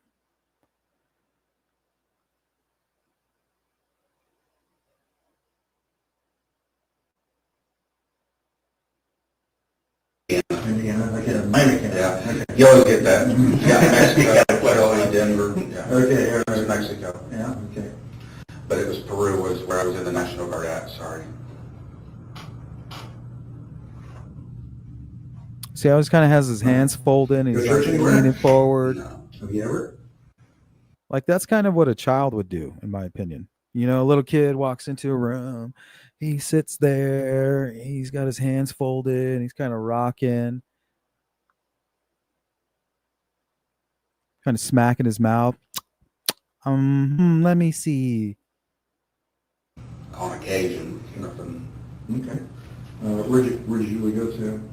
Any place around here? I don't even know. No, not around here. Okay.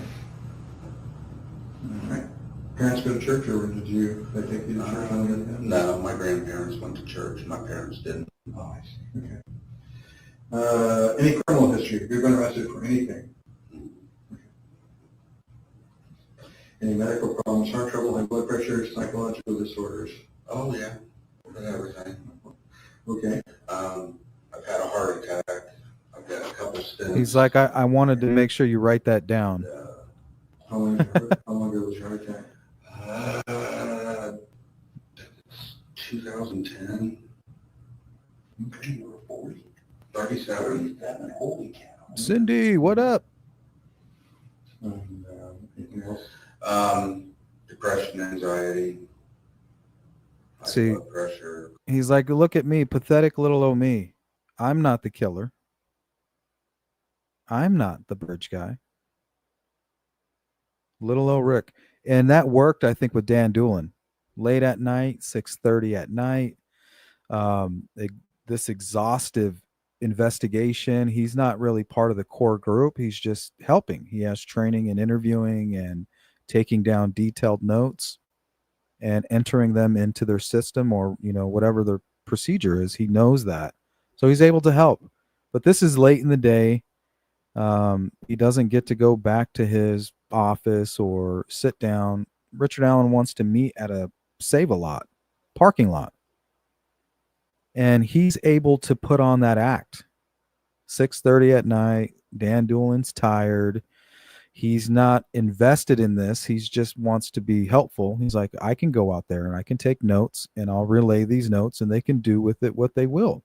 You know, it's not up to him what they do with these notes. It's just his part to do the interview and to gather the information. It's their job to process it. He did everything he was supposed to do. But what he didn't account for was somebody like Richard Allen leaning forward, playing into people's, misinterpretations. We hear a lot about how Kagan Klein's too fat. He can't run. He can't do this and that. And then we act all shocked when we see like some big fat guy doing cartwheels. You know, we just misinterpret what humans are capable of doing athletically. You know, we can't just eyeball Richard Allen and say, yep, that guy can't run.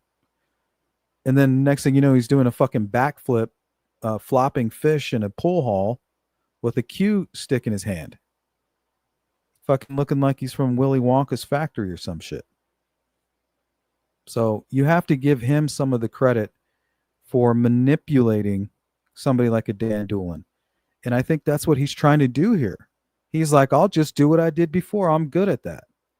And it doesn't work. He starts to panic.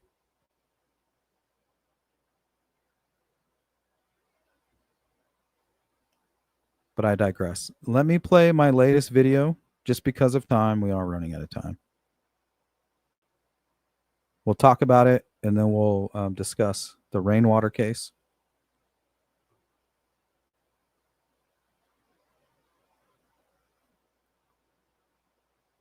So bear with me a moment.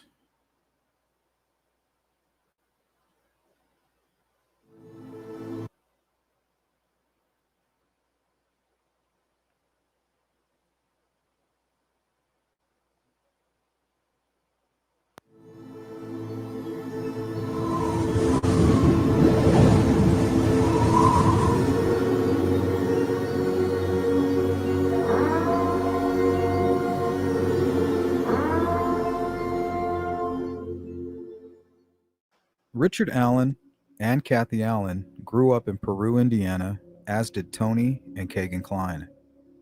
According to Detective Vito, Richard Allen and the Kleins lived in the same neighborhood at some point. Richard Allen worked at the CVS store just around the corner from the Klein home from 2013 to 2016, until a few weeks before the murders occurred. What's up, Mark? Well, not the one here, but with CBS since 2013. Okay. So you worked at another CVS somewhere? Yeah, I worked in training in Marion, I worked in Peru, and then I came to Delphi, I'm thinking 16, 17, 16. During a police interview, detectives informed Keegan Klein that they knew he was logging into the Anthony Shots account on 2 burner phones around 8 a.m. on the morning Abby and Libby were murdered. Kagan claimed that he did this to talk to more girls, but that explanation makes no sense. Tell me about Anthony Shots. Why did you create that profile? I don't really know. I was just lonely, you know what I mean? On the same day, Kagan was logging into the Anthony Shots account on these burner phones. Richard Allen was reported to be in Peru, just up the street from the Klein home. And somebody in a comment section of this video was asking me how I knew they were burner phones. Well, by the definition of burner phone, it's a phone that is not your personal phone. It's a throwaway phone that you're using for illegal activity. And that's what he was using to do that. These phones that were logging in and logging out at the Klein residence were not his personal phones. These were phones that he was planning to throw away or use for this activity. Can you help us understand what was going on Monday, February the 13th? You kind of tell us what you were doing that day and every day the girls on the trail. Okay. Yeah.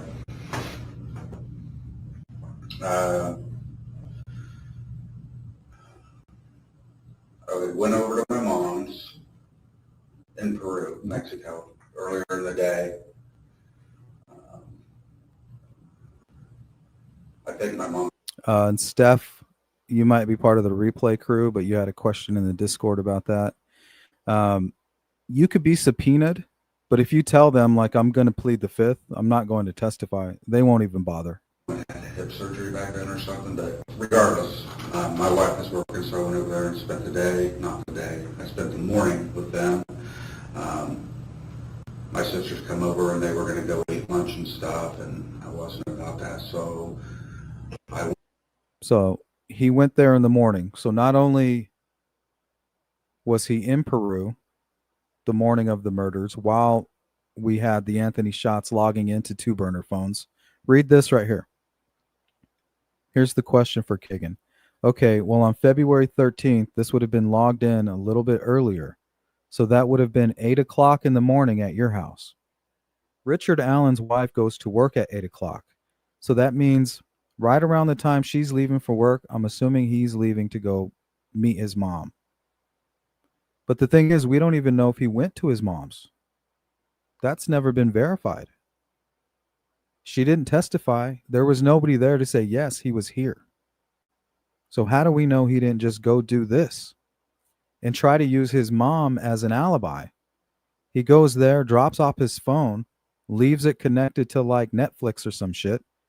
And then you have the Kleins give their phone to one of their cousins. He's running around with it, hooking up, just doing whatever, making it seem as if somebody's actively using these phones and they're together. So now they have an alibi. Richard Allen panics and says, well, there's witnesses. 3 girls saw me. A lady on the bridge saw me with my mask off. And I was muddy and bloody seen on 300. So there goes my alibi. So he panicked. Instead of saying, yeah, I had a solid alibi, here's my phone. You can see that my phone was active. I was at my grandparents here in Peru. So it's like they were all planning to use the same alibi, but Richard Allen did not anticipate all of these people seeing him, and most specifically Betsy Blair getting a good look at him while he thought it was safe to pull his mask down and spark up a cigarette. Went home, and I remember it was a fairly warm warm day, or warmer than normal, so I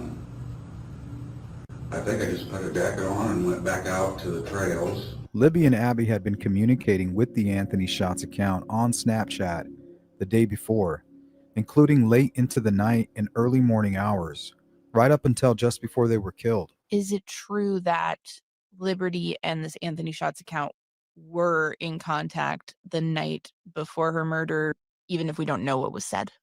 That is correct. Yes, J. Ray. And to the She day of. refused to testify. Unfortunately, so did his Those wife. con- Conversations were never recovered. A majority of the contact between Libby and the Anthony Shots profile was on Snapchat.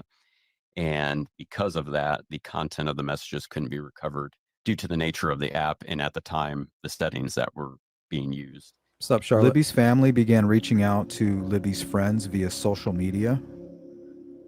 They contacted the Anthony Shots account, and the account responded, "I was supposed to meet that girl there that day, but she didn't show." Let's see. So this is right out of Kagan Klein's interview transcript. It says here, where the girl contacted Anthony Shots, and what they're talking about is actually Kelsey reaching out to Anthony Shots. So it's really where Kelsey contacted Anthony Shots and said, "Did you hear what happened to Liberty?" And the Anthony Shots account responded, "OMG, what happened?" And then she goes and tells him what happened, like, "Hey, she's missing. Have you spoken to her?"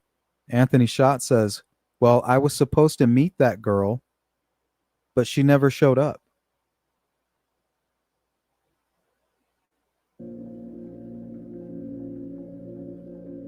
Detective Vito stated that, so this is the guy who has officially confessed to having a part of the murders. In an interview in 2020? Kagan Klein 2019, the Marathon gas station in Delphi, just 1 block from Richard Allen's home, on the day of the murders. Something that we reported that was, I think it was that the Marathon, he was looking up the Marathon gas station in Delphi. Was that true? I believe so. Specifically about that search, we were never able to verify why. The FBI was tasked with recovering the security camera footage, but the evidence was reportedly destroyed while in their custody. The only alibi for the Kleins on the day of the murders is cell phone activity that places them in Peru during that time, along with the fact that investigators made efforts to find connections by reevaluating Allen's and the Kleins' devices and asking family members and friends about any links. That's it.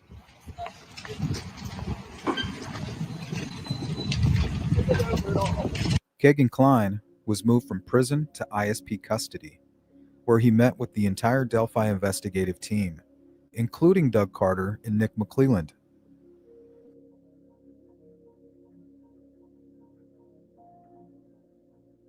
Kagan made a full confession regarding his involvement in the Delphi murders, stating that he and his father went to Delphi on the day of the murders. They parked at the cemetery near the crime scene. Kagan said his father went into the woods, leaving him alone for a couple of hours. When his father returned to the vehicle, he was covered in mud and blood. Kagan reported that his father told him, "We just had fun." The question remains. And a lot of people are confused about why the Kleins and weren't captured on the Hoosier Harvest Store video. Well, I'm assuming it's the same reason you don't have Richard Allen captured on the Hoosier Harvest Store video arriving as well, right? Why is he coming from this direction? Blood. Kagan reported that his father told him, "We just had fun." So they must have come from that direction. Well, if he's going home and they're going back from the direction that they just came from, then, and if they were originally at the cemetery, that would make sense, right? I don't know why this part is hard to grasp. Richard Allen captured on Hoosier Harvest Store. The question remains, Klein's exit the same way they came in.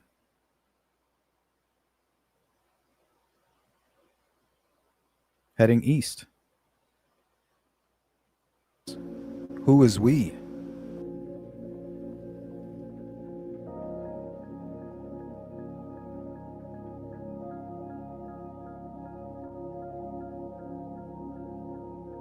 Richard Allen was captured on security cameras at Hoosier Harvest Store, coming from the direction of the cemetery, which aligns with Kagan's confession. Kagan Klein's account of his father appearing muddy and bloody aligns strikingly with Sarah Carbaugh's description of Richard Allen. Notably, Kagan's confession predates the public disclosure of Carbaugh's muddy and bloody statement, lending potential credibility to his claim. However, Kagan's history as a habitual liar casts doubt on his involvement. Like the boy who cried wolf, his track record invites skepticism. Yet, if Kagan is telling the truth, this time, his 2017 Las Vegas trip and use of a burner phone to connect with individuals on Craigslist, details revealed in his police interview transcript, could emerge as the most overlooked clues in the Delphi murder investigation. If Kagan Klein is truthful about his involvement, the 2017 Las Vegas trip could be a pivotal factor in understanding the motive behind the Delphi murders. If Kagan is being honest, it's possible the Kleins encountered dangerous individuals in Vegas, people capable of orchestrating or influencing a heinous crime. You be the judge. Pops, you dance with the devil don't change. Devil changes you. Alrighty. So with that and time constraints, we're going to move right on to the Cassidy Rainwater case. Now, the reason I'm bringing it up after playing that video, because I just want to show you guys how real this is when it comes to the dark web and things like that.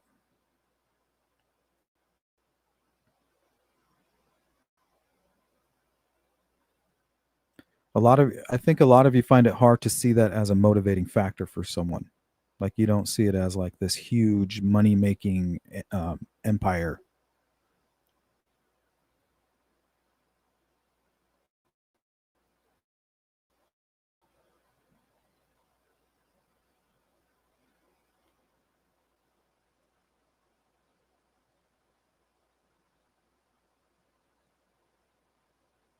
So just bear with me here.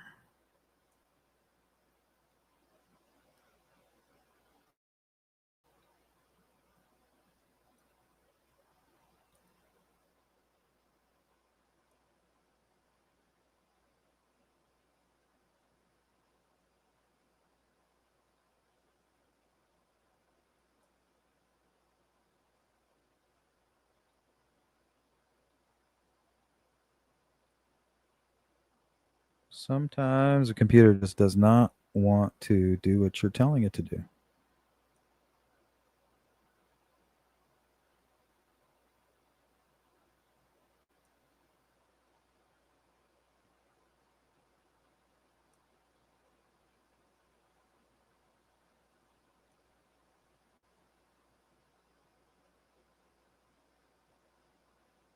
Okay, there we go. So on the left,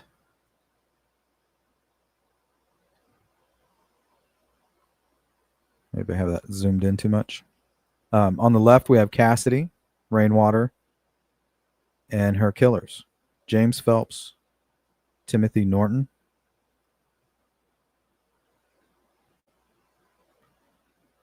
and here's the cage that they put her in.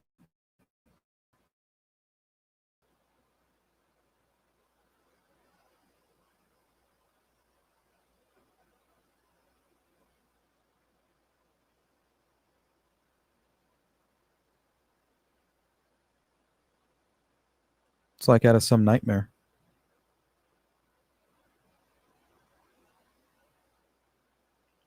She spent her last minutes right there in that cage with these fucking creeps.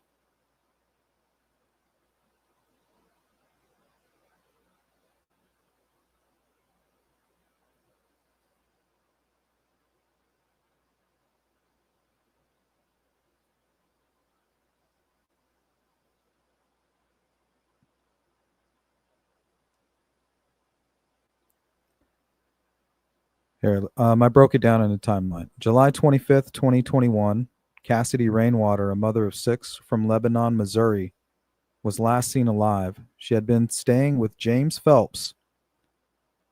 That's this guy here in the middle. The fucking ponytail. An acquaintance at his property on Moon Valley Road near Windyville, Missouri, reportedly to get back on her feet.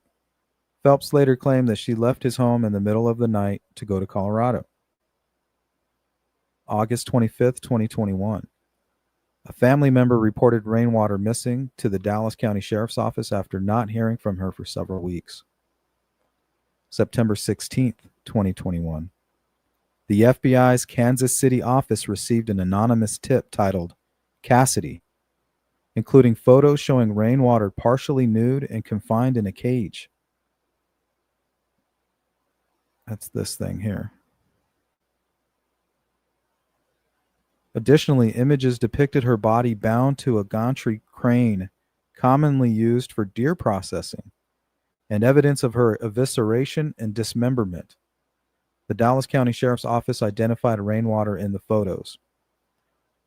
So that's what sparked the investigation, were photos found on the dark web of her being tortured in this cage. September 20th, 2021. The FBI interviewed Timothy Norton, who admitted that Phelps asked him to help restrain Rainwater. Norton confessed to holding her legs down while Phelps strangled her with a bag over her head. They then dismembered her body, with Norton assisting in moving her remains to a bathtub. September 26th, 2021. Authorities searched Phelps' property, recovering a gantry crane, a cage, and what appeared to be human flesh in a freezer, labeled with the date 7/24, July 24th, 2021. Skeletal remains later confirmed to be Rainwater's through DNA testing were found on an adjoining property belonging to her grandfather, Bill Rainwater. 7 photos of Rainwater in a cage were found in Phelps' phone, along with text messages between Phelps and Norton planning her murder. October 4th, 2021. Phelps' home burned down in a fire classified as second-degree arson by the Missouri State Fire Marshal. Investigators found 2 incendiary devices made with mortar tubes, balloons, and tripwires. No arrests were made in connection to the fire, which damaged the crime scene. So those are countermeasures trying to hinder the investigation. November 17th, 2021, Phelps and Norton were charged with first-degree murder and abandonment of a corpse, in addition to earlier kidnapping charges. February of 2022, court documents revealed child pornography and violent pornography were found in Norton's home. April 28th, 2023, James Phelps entered an Alfred plea to first-degree murder, acknowledging sufficient evidence for conviction without admitting guilt. He was sentenced to life in prison without parole. June 27th, 2023. Timothy Norton pleaded guilty to first-degree murder and was also sentenced to life in prison without parole. Additional charges of kidnapping and abandonment of a corpse were dropped in exchange for his plea. January 25th, 2024. A default judgment of $30 million was awarded to Rainwater's children in a wrongful death lawsuit against Phelps and Norton. However, it is unlikely the children will receive this amount, as neither defendant has significant assets. Any recovery would be placed in the conservatorship of children. August 16th, 2024, Rainwater's family held a memorial service to honor her life, remembering her as a loving mother who enjoyed poetry, singing, outdoor activities like arrowhead hunting.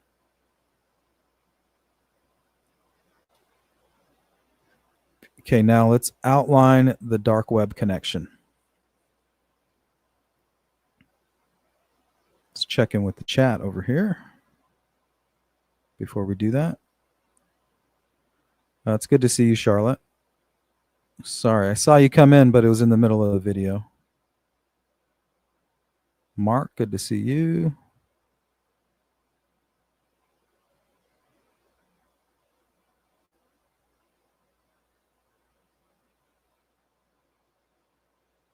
eye for an eye, tooth for a tooth means punishment should be proportional and no more. So if these creeps were sentenced to what their victims endured, to me, it's more like putting down like a wild dog.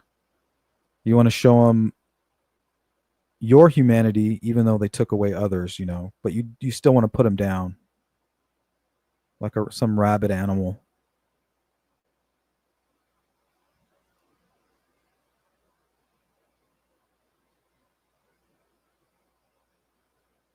But in a humane way, right?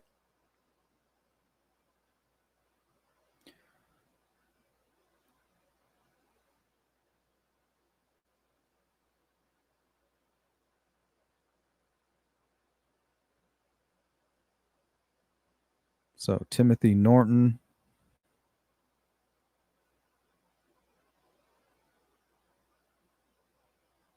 James Phelps. I mean, look at these idiots. This guy's fucking ponytail.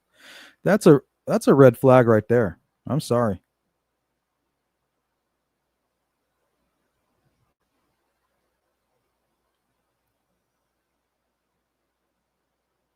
And to think what she had to go through. Jeez. Nobody should have to go through that.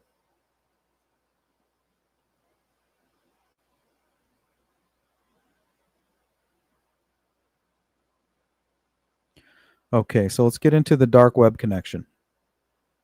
September 16th, 2021 is when the FBI received that tip. The investigation began when the FBI's Kansas City office received an anonymous tip, including photos allegedly sourced from the dark web. These images showed Cassidy Rainwater, a 33-year-old mother from Missouri, partially nude and confined in a cage, as well as bound to a gantry crane, a device typically used for processing game.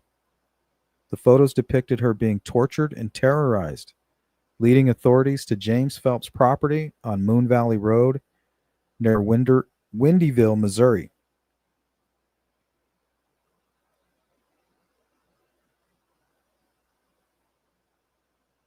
So it's a real thing, guys, and it's scary.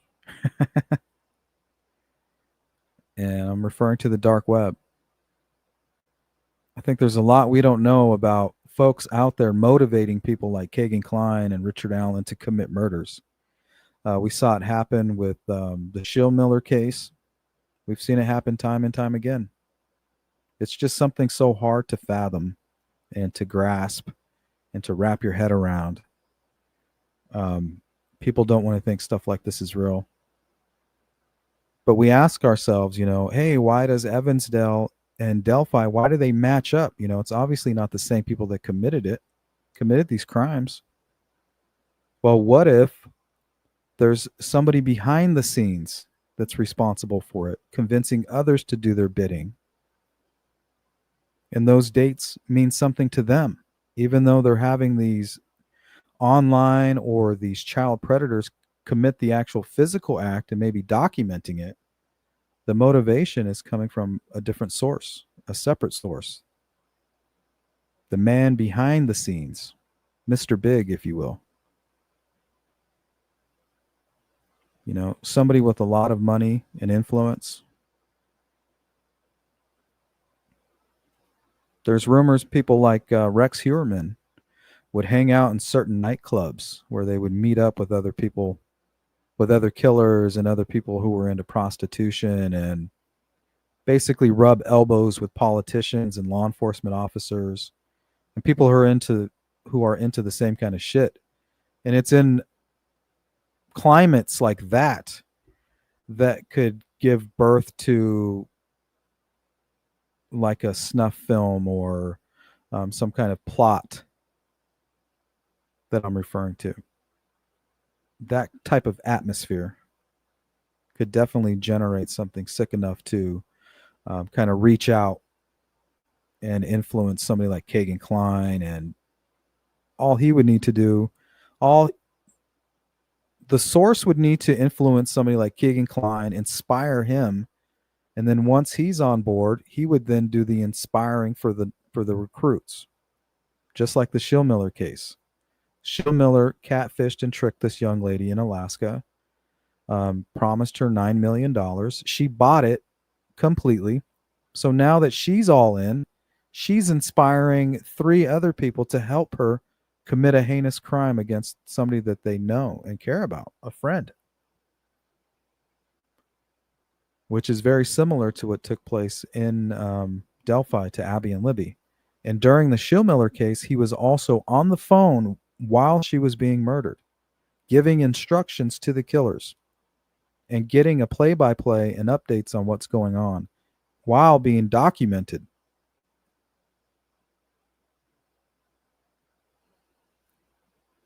So I know it seems far-fetched, but it does happen, and there's no evidence that it didn't happen in Delphi.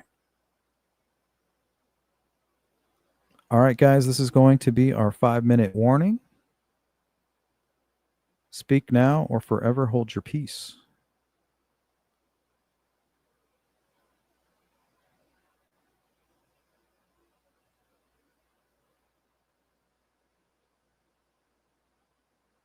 It's for you, Jay.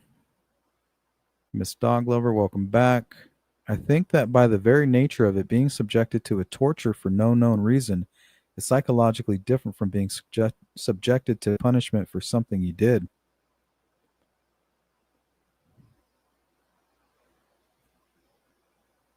You think so?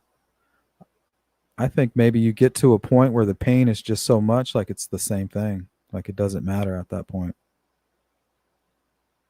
I feel like if you torture somebody long enough, they're going to tell you anything that you want to hear. Katie Owens. All right. If you guys haven't voted like Katie did in the poll, do so now. We're going to close it down in 1 minute. Have you heard of the Cassidy Rainwater case? Obviously, you have now. But prior to today's live stream, do it. Do it. Do it. Do it. It's kind of what happens to most of them. Y'all don't forget to hit the like button, please. Thank you, Jari. You tell them. Money, money, money. I think that there's more. I think there's a lot of money on the dark web. I think people are paying cash, Bitcoin, exchanging favors.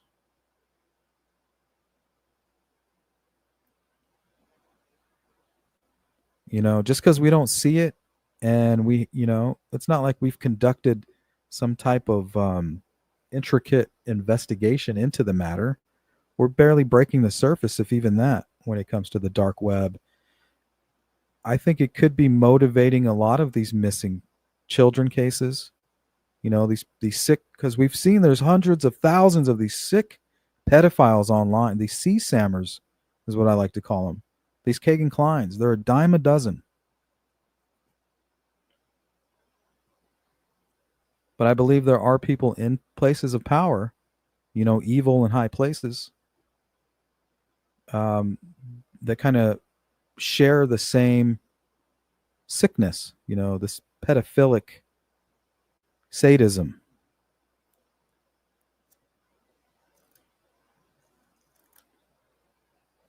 Good to see you, Mark.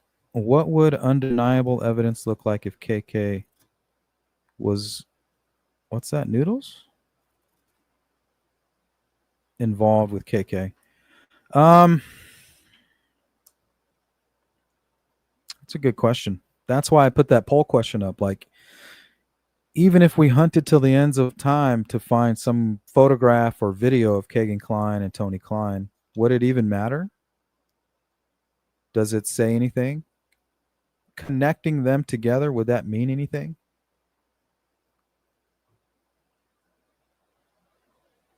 It's a good question.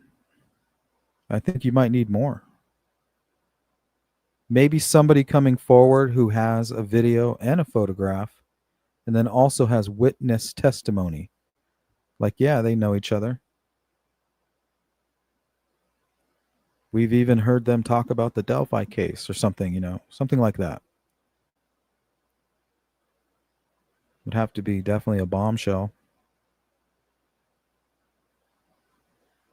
Thank you, Jari. Yep. Thank you, everybody. Special thanks to Alex and this account for sponsoring today's live stream. All of my members and everybody who supports me through Cash App and other means. We are crowdfunded, so every little bit helps, and I do appreciate you guys for doing so. The easiest way, though, to support the channel is to hit the like button and to go share the video. And if you haven't done so, take a minute or two to do it now. I'll give you 2 minutes. Go do it. Just real quick.